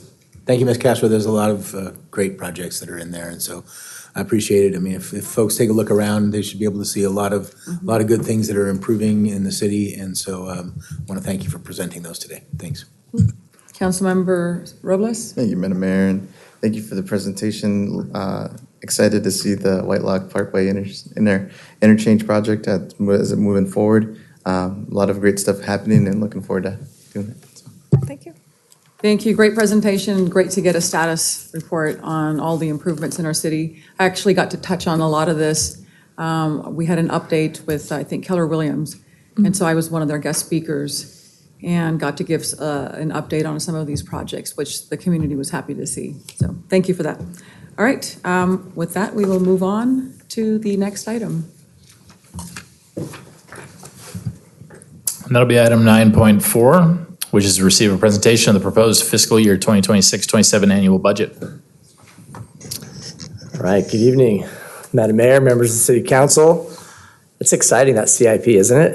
There's so many cool projects, and I'm going to talk about more boring stuff. They get to have all the fun pictures and stuff.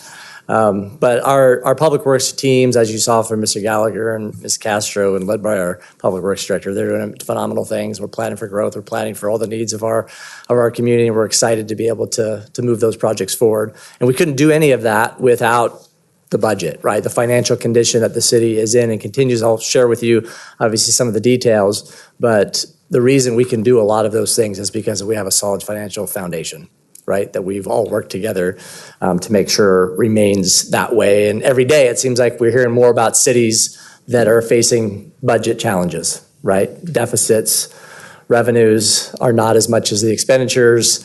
And so I'm happy to report that that's not the case in Elk Grove. We continue to manage our expenditures, and our revenues continue to remain strong. So I'll go through some of the details. I want to just recognize doing a budget like this takes the whole city to put the information together, our finance staff, but all the operating departments. It really is a months-long process to make sure we have everything in here and we're presenting a budget that's fiscally responsible and addresses the council's priorities, the community's priorities, and the needs that we see. And so really a specific thanks to all of them as well, and are led by our finance team and our budget team, Nathan Bagwell and Raj Prasad and their staff. So great job there. And really just shout out recognition for the city council to set the priorities, set the goals, making sure that we remain in the place that we are. It really takes discipline by all of us to make sure that we can continue to address the needs of our community.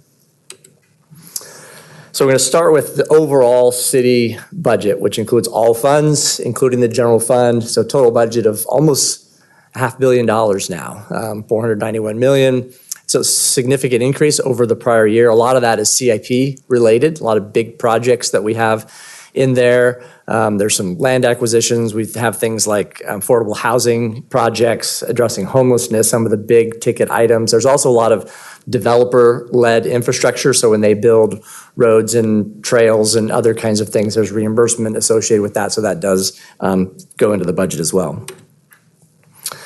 General fund is also growing. Our general fund expenditure recommendation for FY27 is $107.5 million. That's an increase of roughly $10 million. Major cost drivers is compensation, which includes salary and benefits. Internal service fees, those are the thing that's really driving it this next year is money that's being collected from different funds and different departments to pay for the city hall remodel across the street. So we're accumulating funds next year and the following year to allow us to do that project. So you see a relatively temporary spike in that over the course of the next 2 years, and then that will go back down. And then other capital and operating investments that we'll share a few more details as we go through here. And just a note as well, this is kind of an introduction to the budget. You're going to be asked to adopt it potentially at the next meeting. This is really introduction for the council as well as the community. Those of you that read through the whole budget before tonight, congratulations. It wasn't expected or necessary, but appreciate all of your interest in making sure that you understand what is being presented.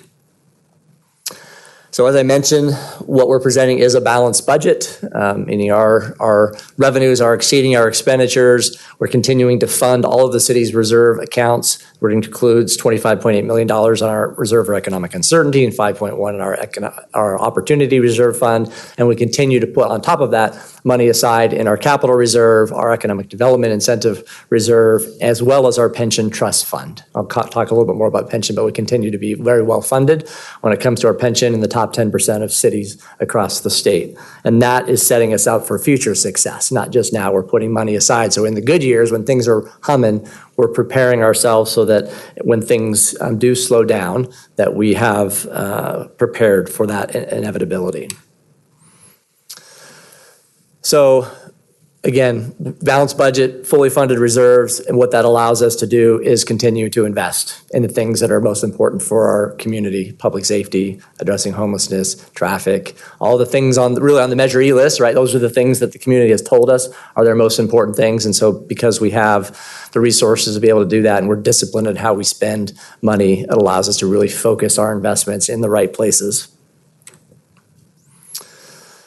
So talk just a few things about some of the budget priorities. So public safety is always at the top of the list as far as our budget priorities, and this budget is no exception. Continued investment there, continued investment through our RTIC, and some of this is Measure E money. Some of this is general fund money.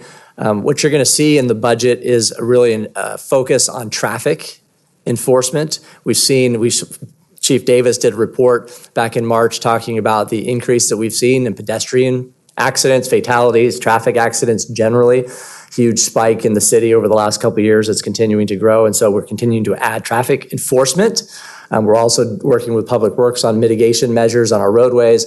But what we're recommending adding in the next year, which we haven't done in many years, is more red light cameras. So there's 5 new intersections or 5 new approaches to intersections that you're going to see come up. And the reason we're recommending that is because we have seen the results are positive at those intersections. The rates, the accident rates and the fatalities are lower where we do see those cameras. People tend to moderate their behavior. And so I know they can be controversial. Not everybody likes them, but we have shown that they do improve public safety. And so there is a recommendation for that. Continued investment with our dispatch center and other things of that nature. There's also, we're continuing to invest in our electric vehicle infrastructure.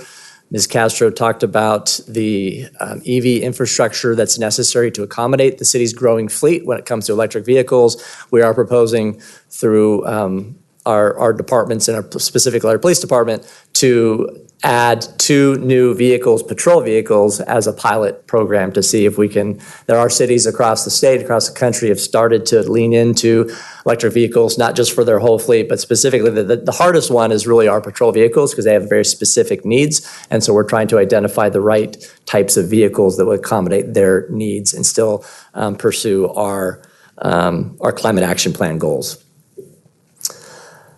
Increasing our investment in homelessness. We saw some images of a potential future homeless shelter, but we continue to fund those programs at a high level when it comes to the shelter and other related programs, navigation services, other things, roadway rehabilitation, traffic signal operations, enhancement and growth of our yellow left turn flashing signals that we've seen pop up around the city. We're going to continue to expand and grow that program in the coming year. And continuing to just lean into modernization, strengthening how we do business, our internal operations, making sure that we're always have the mindset of improving and looking for new and better ways of doing things. And so there's some investments in here into things like new software programs and services that we think will enhance that, allow us to do our jobs more efficiently. So a few charts that I'll show you. I won't spend a ton of time on these things. These are in the budget document.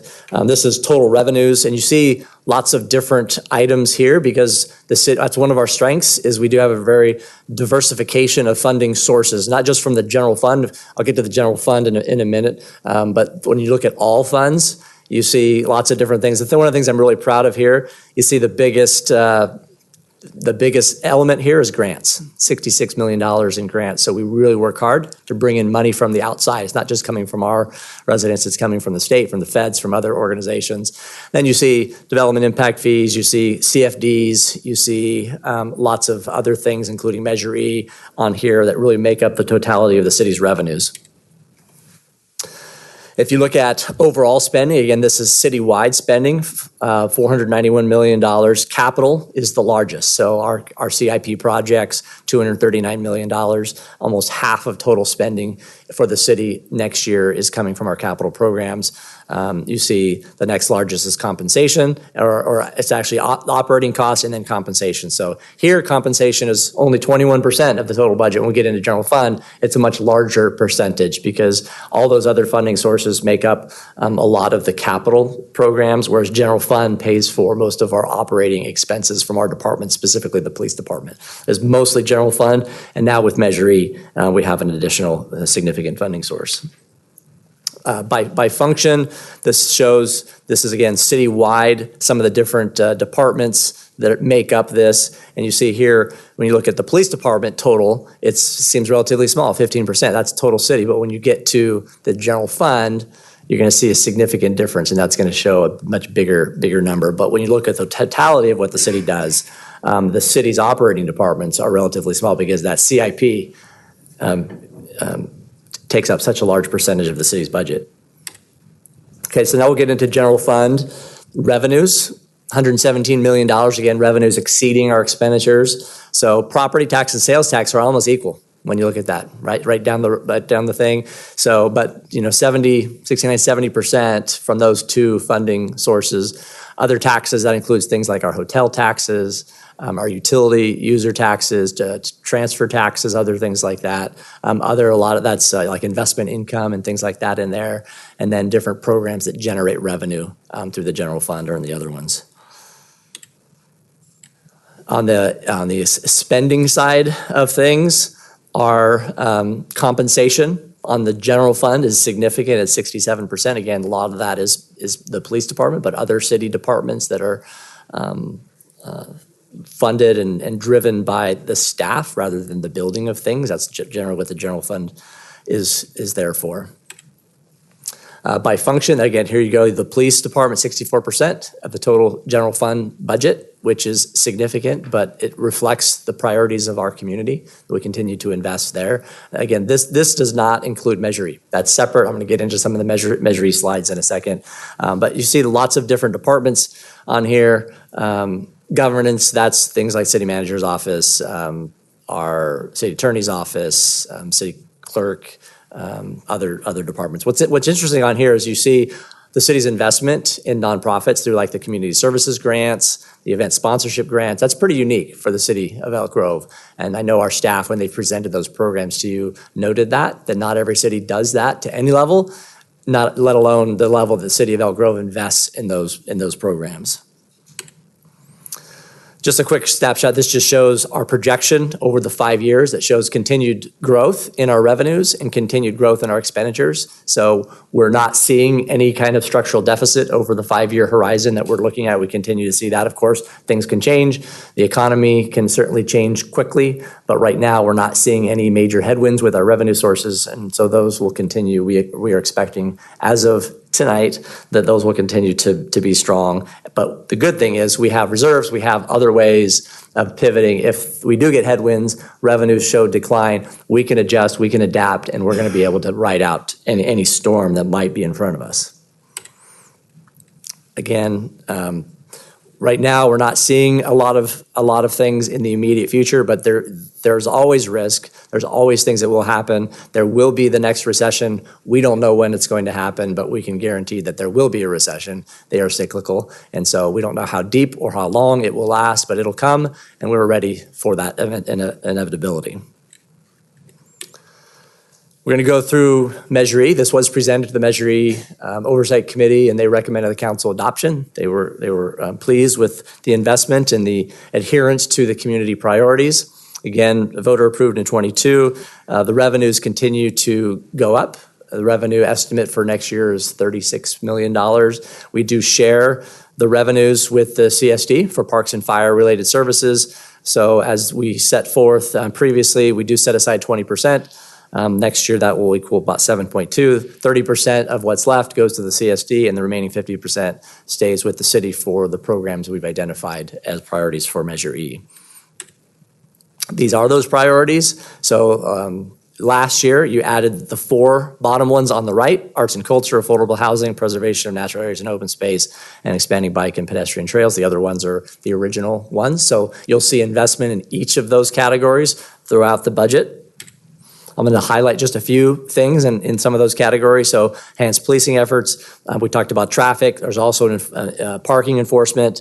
We have continued investment in emergency operations, dispatch controls, expanded RTIC staffing. So there's going to be more time when we have people in the RTIC monitoring those cameras. And so expanding and lengthening the hours of operation for that unit, which has proven to be extremely successful and popular with our community. BRICS, you saw Mel Lasher, Economic Development Analyst, I think at the last meeting, present that program where businesses can opt in and have a cost share with the city to add cameras to the exterior of their building that tie into RTIC. So we're excited about that program.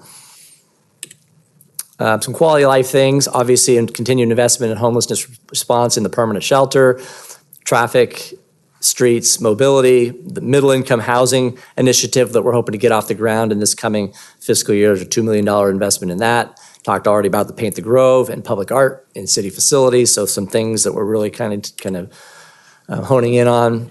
Here's a few just one-time projects, and I'm going to highlight the top one. This is the Southeast Policy Area called Mendez Park, $4 million. This is a partnership between the city and the CSD. There's some land that the city is going to be getting through some development acquisitions that we are going to then combine with CSD-owned property to make a larger park.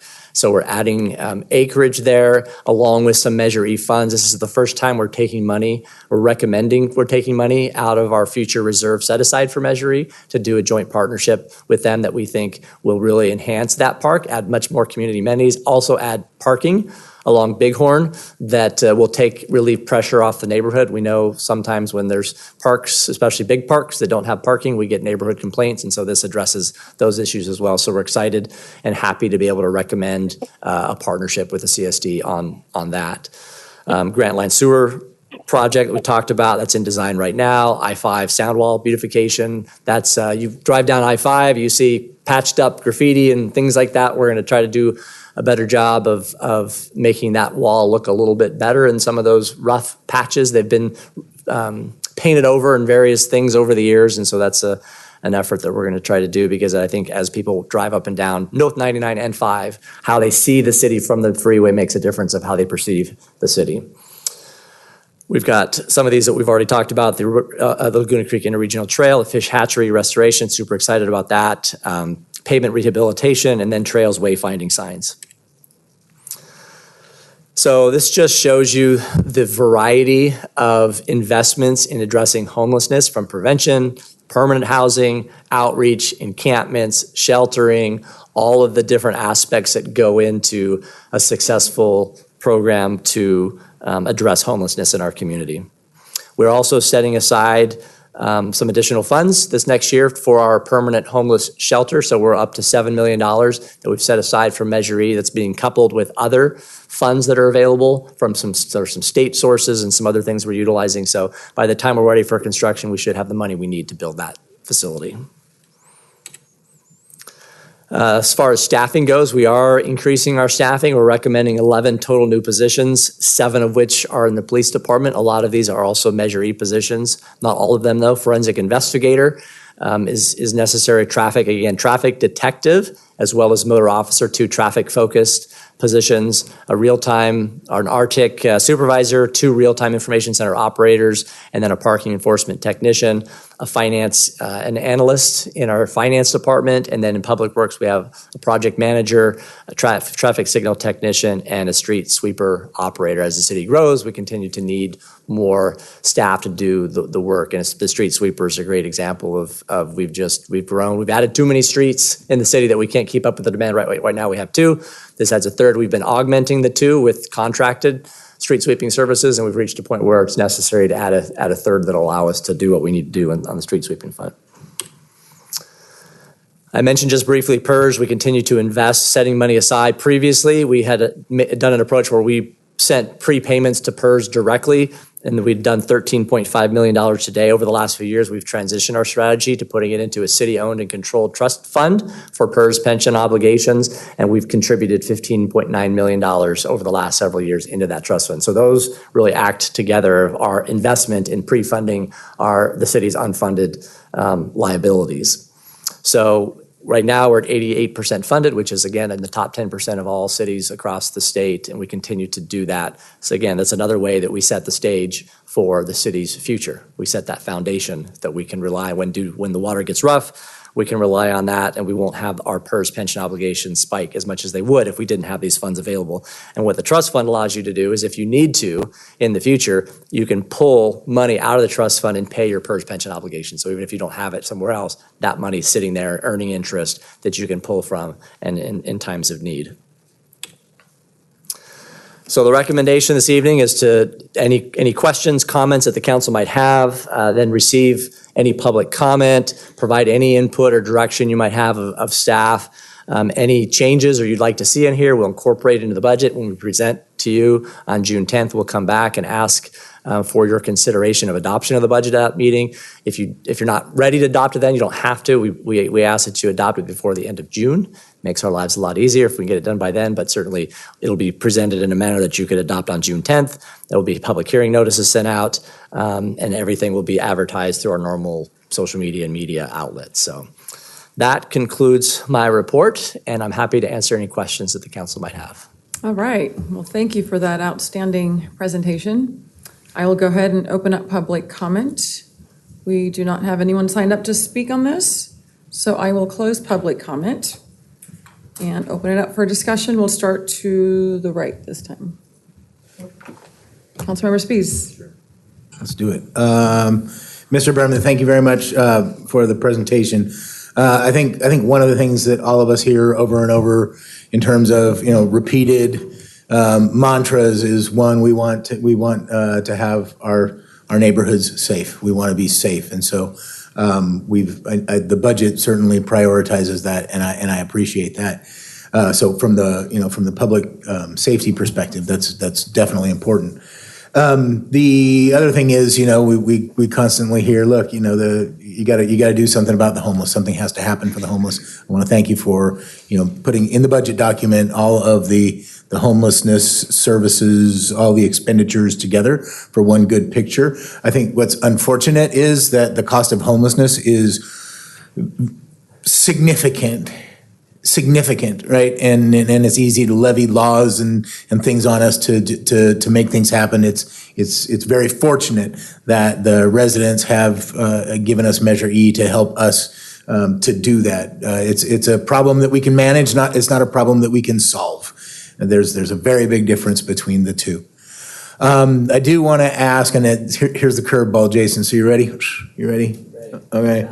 There's been a lot of conversations around the region about investments in safer streets. And so what I was hoping is that maybe somebody could kind of, and what I'm talking about, it could be signalizations, it could be widening of bicycle paths. Can you tell me what good things we've got or new things that we've got in the budget that helps us to have safer streets? Because I got a follow-up on it that you and I talked about a little bit. I don't know if you're expecting it, but we'll see. No, so turn this on here. There are multiple different ways that we do that, and I'm going to turn to my team over here to help me answer this question. But a lot of times we do look at grant opportunities. Recently, we had some neighborhoods talking about some of the striping that we're proposing to do that kind of narrows the road width and puts some bike lanes and things like that. So sometimes we do it through striping. Sometimes you call road diets, where you kind of narrow the width that slows people down, things like that. We do things like flashing beacons and flashing stop signs and flash things that get people's attention to make sure they know there are pedestrians there. We do really enhanced, sidewalks or crosswalks, things like that really make traffic safer for everybody. One of the things we're seeing right now is a real concern about e-bikes, e-scooters, just pedestrian behavior that's really dangerous. And so what you're going to see, I think, at the next meeting is some ordinance revisions that we're proposing to hopefully address that. The police department's done a great job with education, getting into the schools, educating parents. And so some of it is, yes, physical improvements that we can make. Some of it is people's behavior. And how do we, make sure that is addressed and curtailed. I'm sure our public works director can talk about a few other things that we're doing to make sure our streets are safer. So I'm going to hand it over to him and see where he can fill in the gaps. You did a great job. I think that all of those strategies apply, and I know Bobby and I will tag team this one because he's got some plans of his own to help make our streets safer. So Jason touched on a lot of them. I'm getting comments from my staff here as well. So we're expanding our flashing yellow arrow program. We've got a lot of money invested for Measure E. Jason mentioned a bunch of them: flashing stop signs, enhanced crosswalks, etc.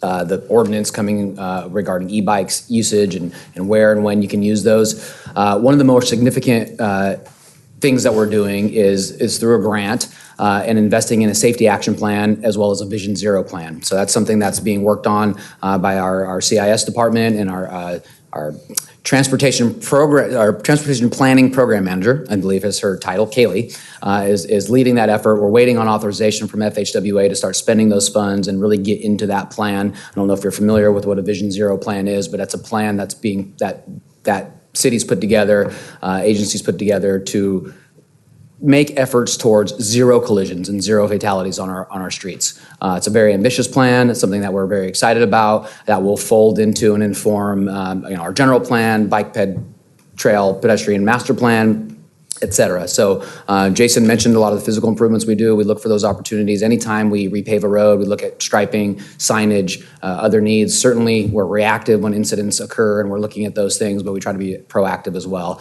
And I'll turn it over to Bobby to talk about some of the enforcement stuff. I didn't mention the 3 E's. I'm really remiss if I don't. So education, enforcement, and engineering are the 3 E's that we look at. That's the best acronym you could come up with?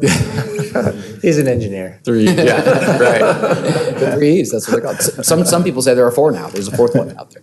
Yeah, no, I would say for the police department, specifically working with our public works and actually the entire city, our goal is to provide a safer space when it comes to roadways and sideways, walkways, trails, everything that we have. And whether it's enforcement on the trails or specifically in this case, our streets, we're at the end of this year, we're going to do take a year-long study. So we have a chance to evaluate all of our areas. It's going to probably cover the last 3 years specifically because we've seen a significant spike in vehicle versus pedestrians, vehicle fatalities, and overall collisions with injury crashes are significantly higher.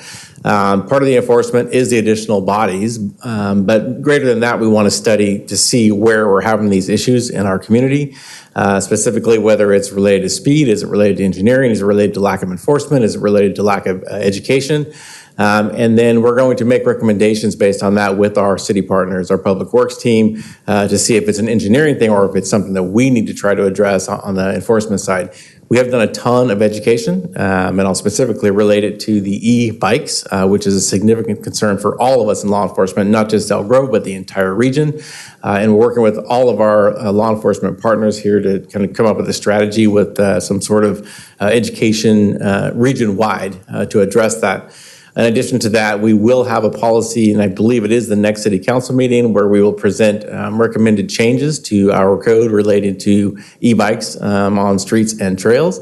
And then if needed, I think that we can look at that and even further strengthen some of the or enhance some of the potential punishments for violations of e-bikes. To include us looking at potential working with our DA's office. If we educate families and they continue to let their children ride those e-bikes in a dangerous manner, there has to be accountability. And what does that look like? We don't know right now, but potentially it's holding those parents responsible for allowing the children to do that. And on our streets, we have multiple injuries, significant injuries, folks or young people who are in coma as a result of that currently here in our city. So that's something that's very important to us to try to address and eliminate if possible. And that's one of several of the areas that we're working on. I think it's going to be a collaborative effort. This is going to be a long study. We've already seen this past weekend, a citizen struck by a vehicle. Which is potentially life-threatening, and it's something that we've continued to see grow. And so we're going to try to address those with this study along with our city partners. All right. Well, thank you. And then my biggest point in all of that was to ensure something that you had mentioned in the beginning, Jason, and that is, complete transparency in the fact that we have budgeted for 5 additional red light traffic cameras. Full transparency. Okay? Because it's a priority. We're spending money on making safer streets. It is a combination of enforcement and engineering and, I'm sorry, education. Step one is education. I'm really glad that you remind education, engineering, enforcement, right?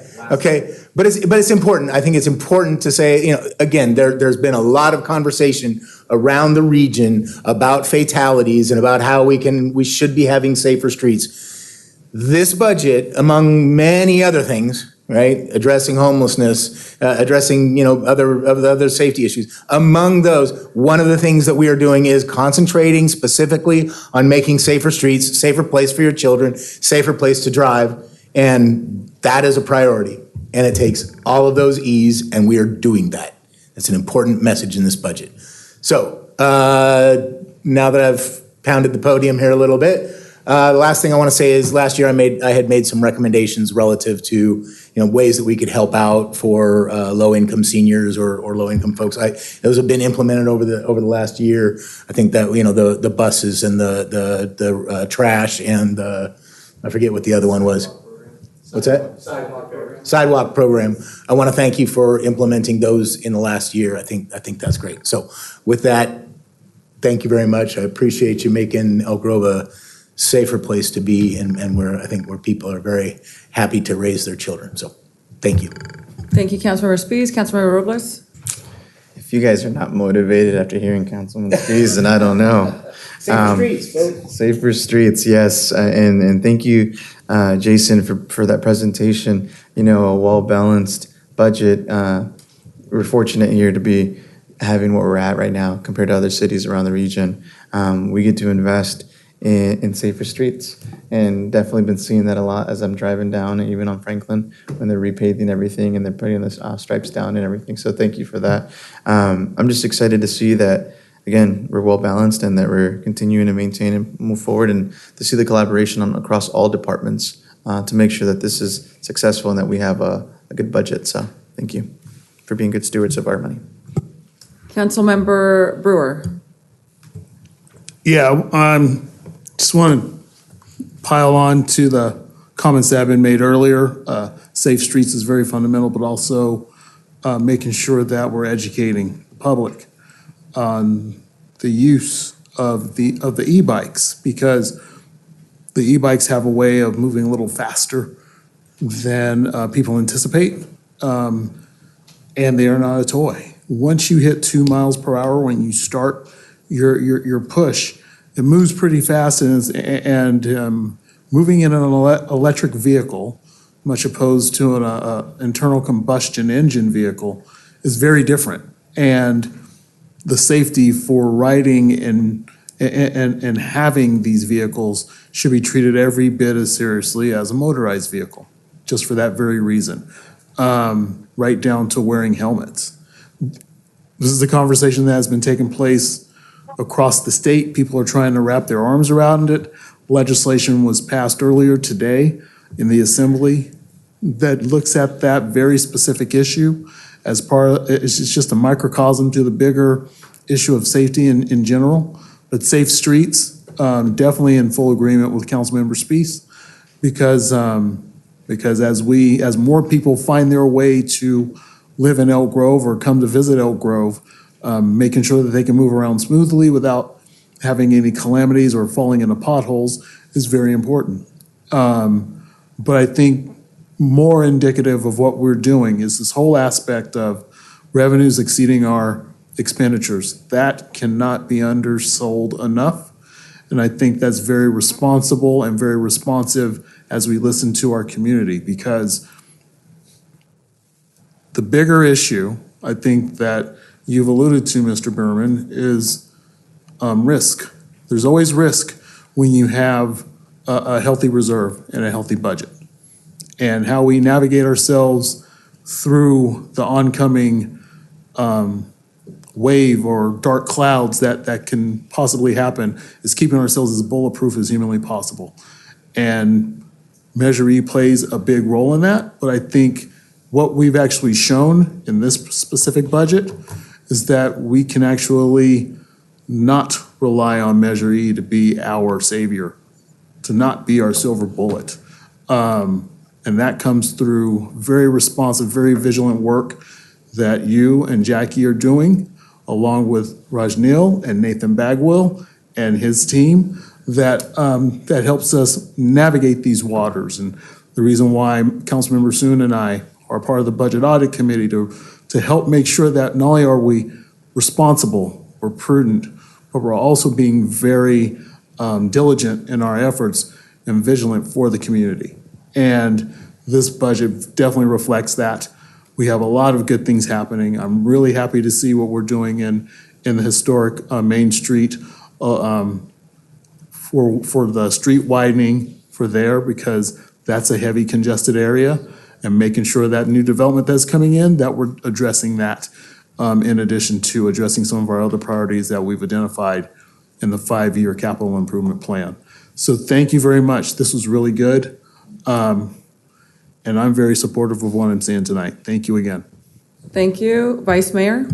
Thank you, Mayor. Yeah, just echoing a lot of the comments that were already said. Just thank Raj, Nathan, and Jason, and Jackie and Kara. I want to congratulate you on your last budget. It's a good one to go out on.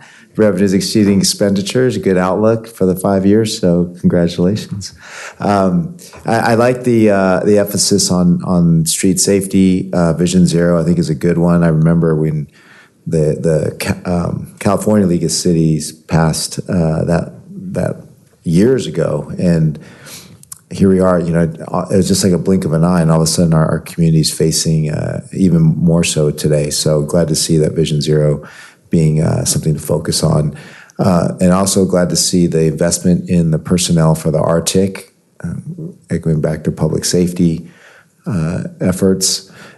Jason, I just want to add, we also have the traffic monitor in Public Works, and will there be more investment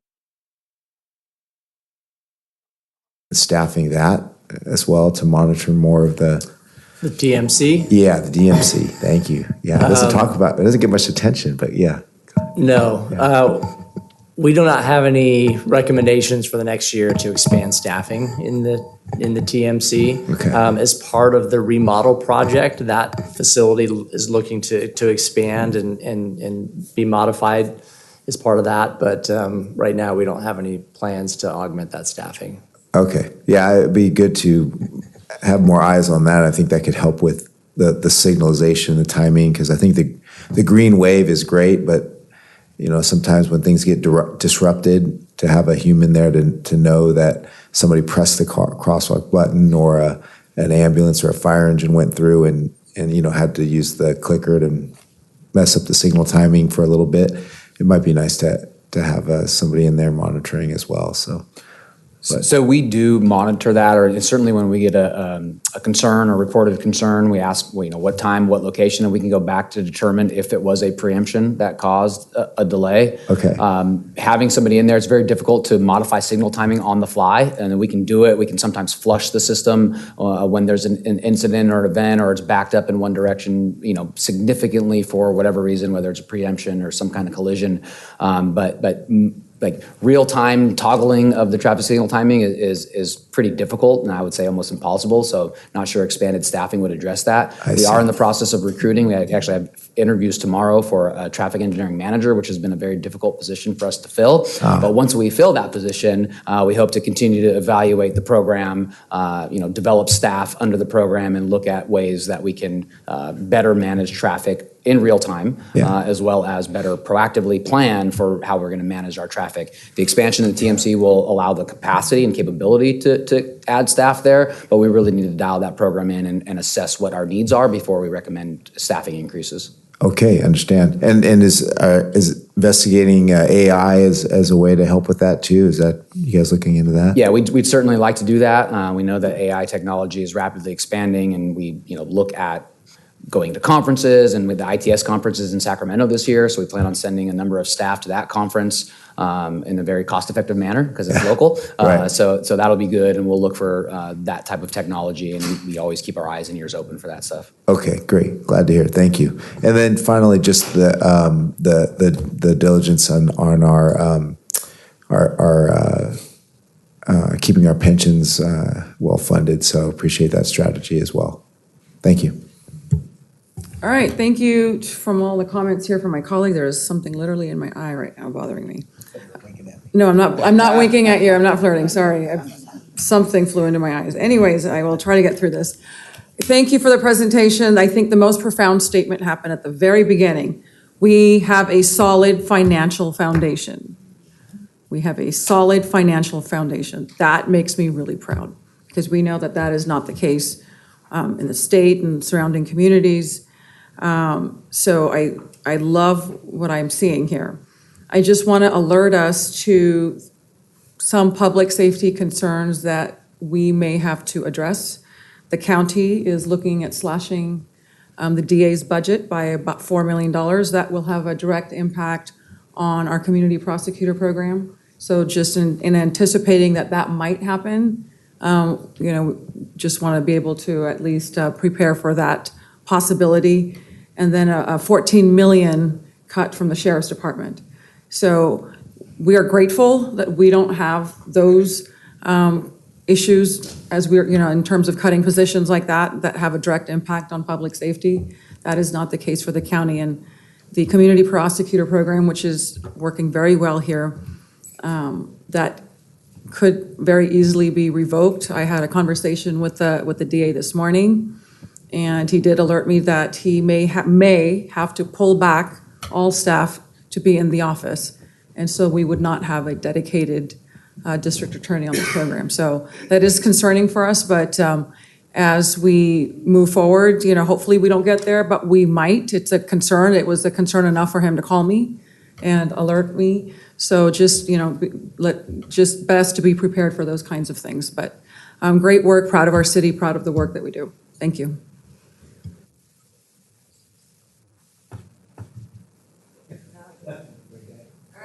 We'll go on to the next item. That's item 9.5, to receive a presentation regarding micro-enterprise home kitchen operations and consider a resolution reaffirming the City of Elk Grove's opposition to the permitting of micro-enterprise home kitchen operations in Sacramento County. Good evening, Mayor and Vice Mayor, Council members. My name is Jose Mendez. I'm the Code Enforcement Manager. Tonight's staff is requesting direction regarding micro-enterprise kitchen operations, also commonly referred to as MICOs. MICOs, a little bit of background. MICOs were created through Assembly Bill 626, allowing limited food sales and preparation from private residents. Under state law, counties must first opt in before permits can be issued by the permitting and enforcement agency. In Sacramento County, the Environmental Management Department, or EMD, would serve as the permitting and enforcement agency. Now, this item was previously presented to Council back in 2019. At that time, City Council authorized opposition to allowing county-issued MICO permits within Elk Grove. This item is returning to you tonight because Sacramento County has recently begun considering a local ordinance that would authorize MICOs countywide, including within incorporated cities.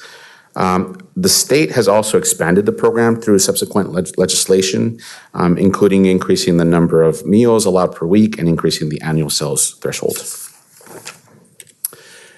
We took a pulse of surrounding cities and specifically cities within Sacramento County to identify which cities were opposed or for MICOs. 6 of the 7 incorporated cities in Sacramento County are opposing the permit for MICOs.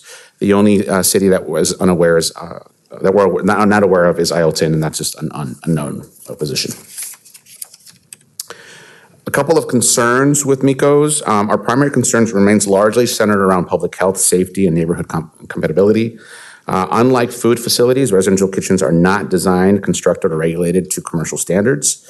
There are also concerns with sanitation, fire safety, grease and waste disposal, ventilation, and the ability to conduct ongoing inspections and oversight within private homes. We also are concerned about potential neighborhood impacts such as traffic, parking, noise, odors, deliveries, and waste generation within residential neighborhoods. MICOs have also generated concern among existing restaurants and permitted food businesses, largely around maintaining a fair and consistent regulatory environment, since MICOs would not be subject to the same level of regulations as our commercial facilities.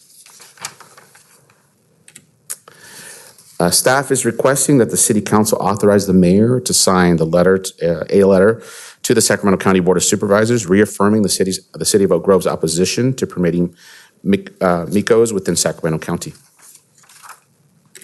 And that concludes my presentation. I am available for any questions. Thank you. All right, thank you for your presentation. Thank you. At this time, I will open up public comment. We have one speaker, Lynn Wheat.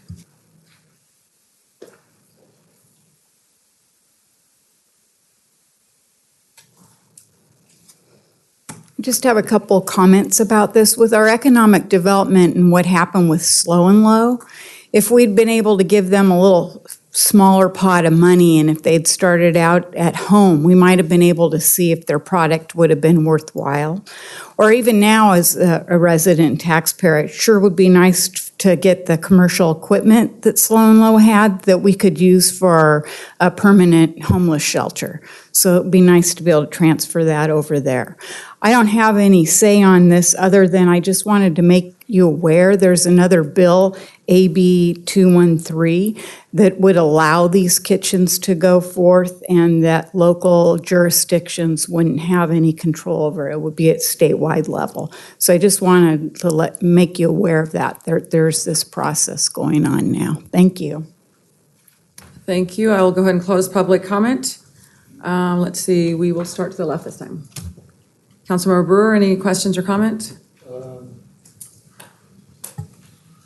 No, I will say that, so last year, there was an incident in my district where a home operation was being done.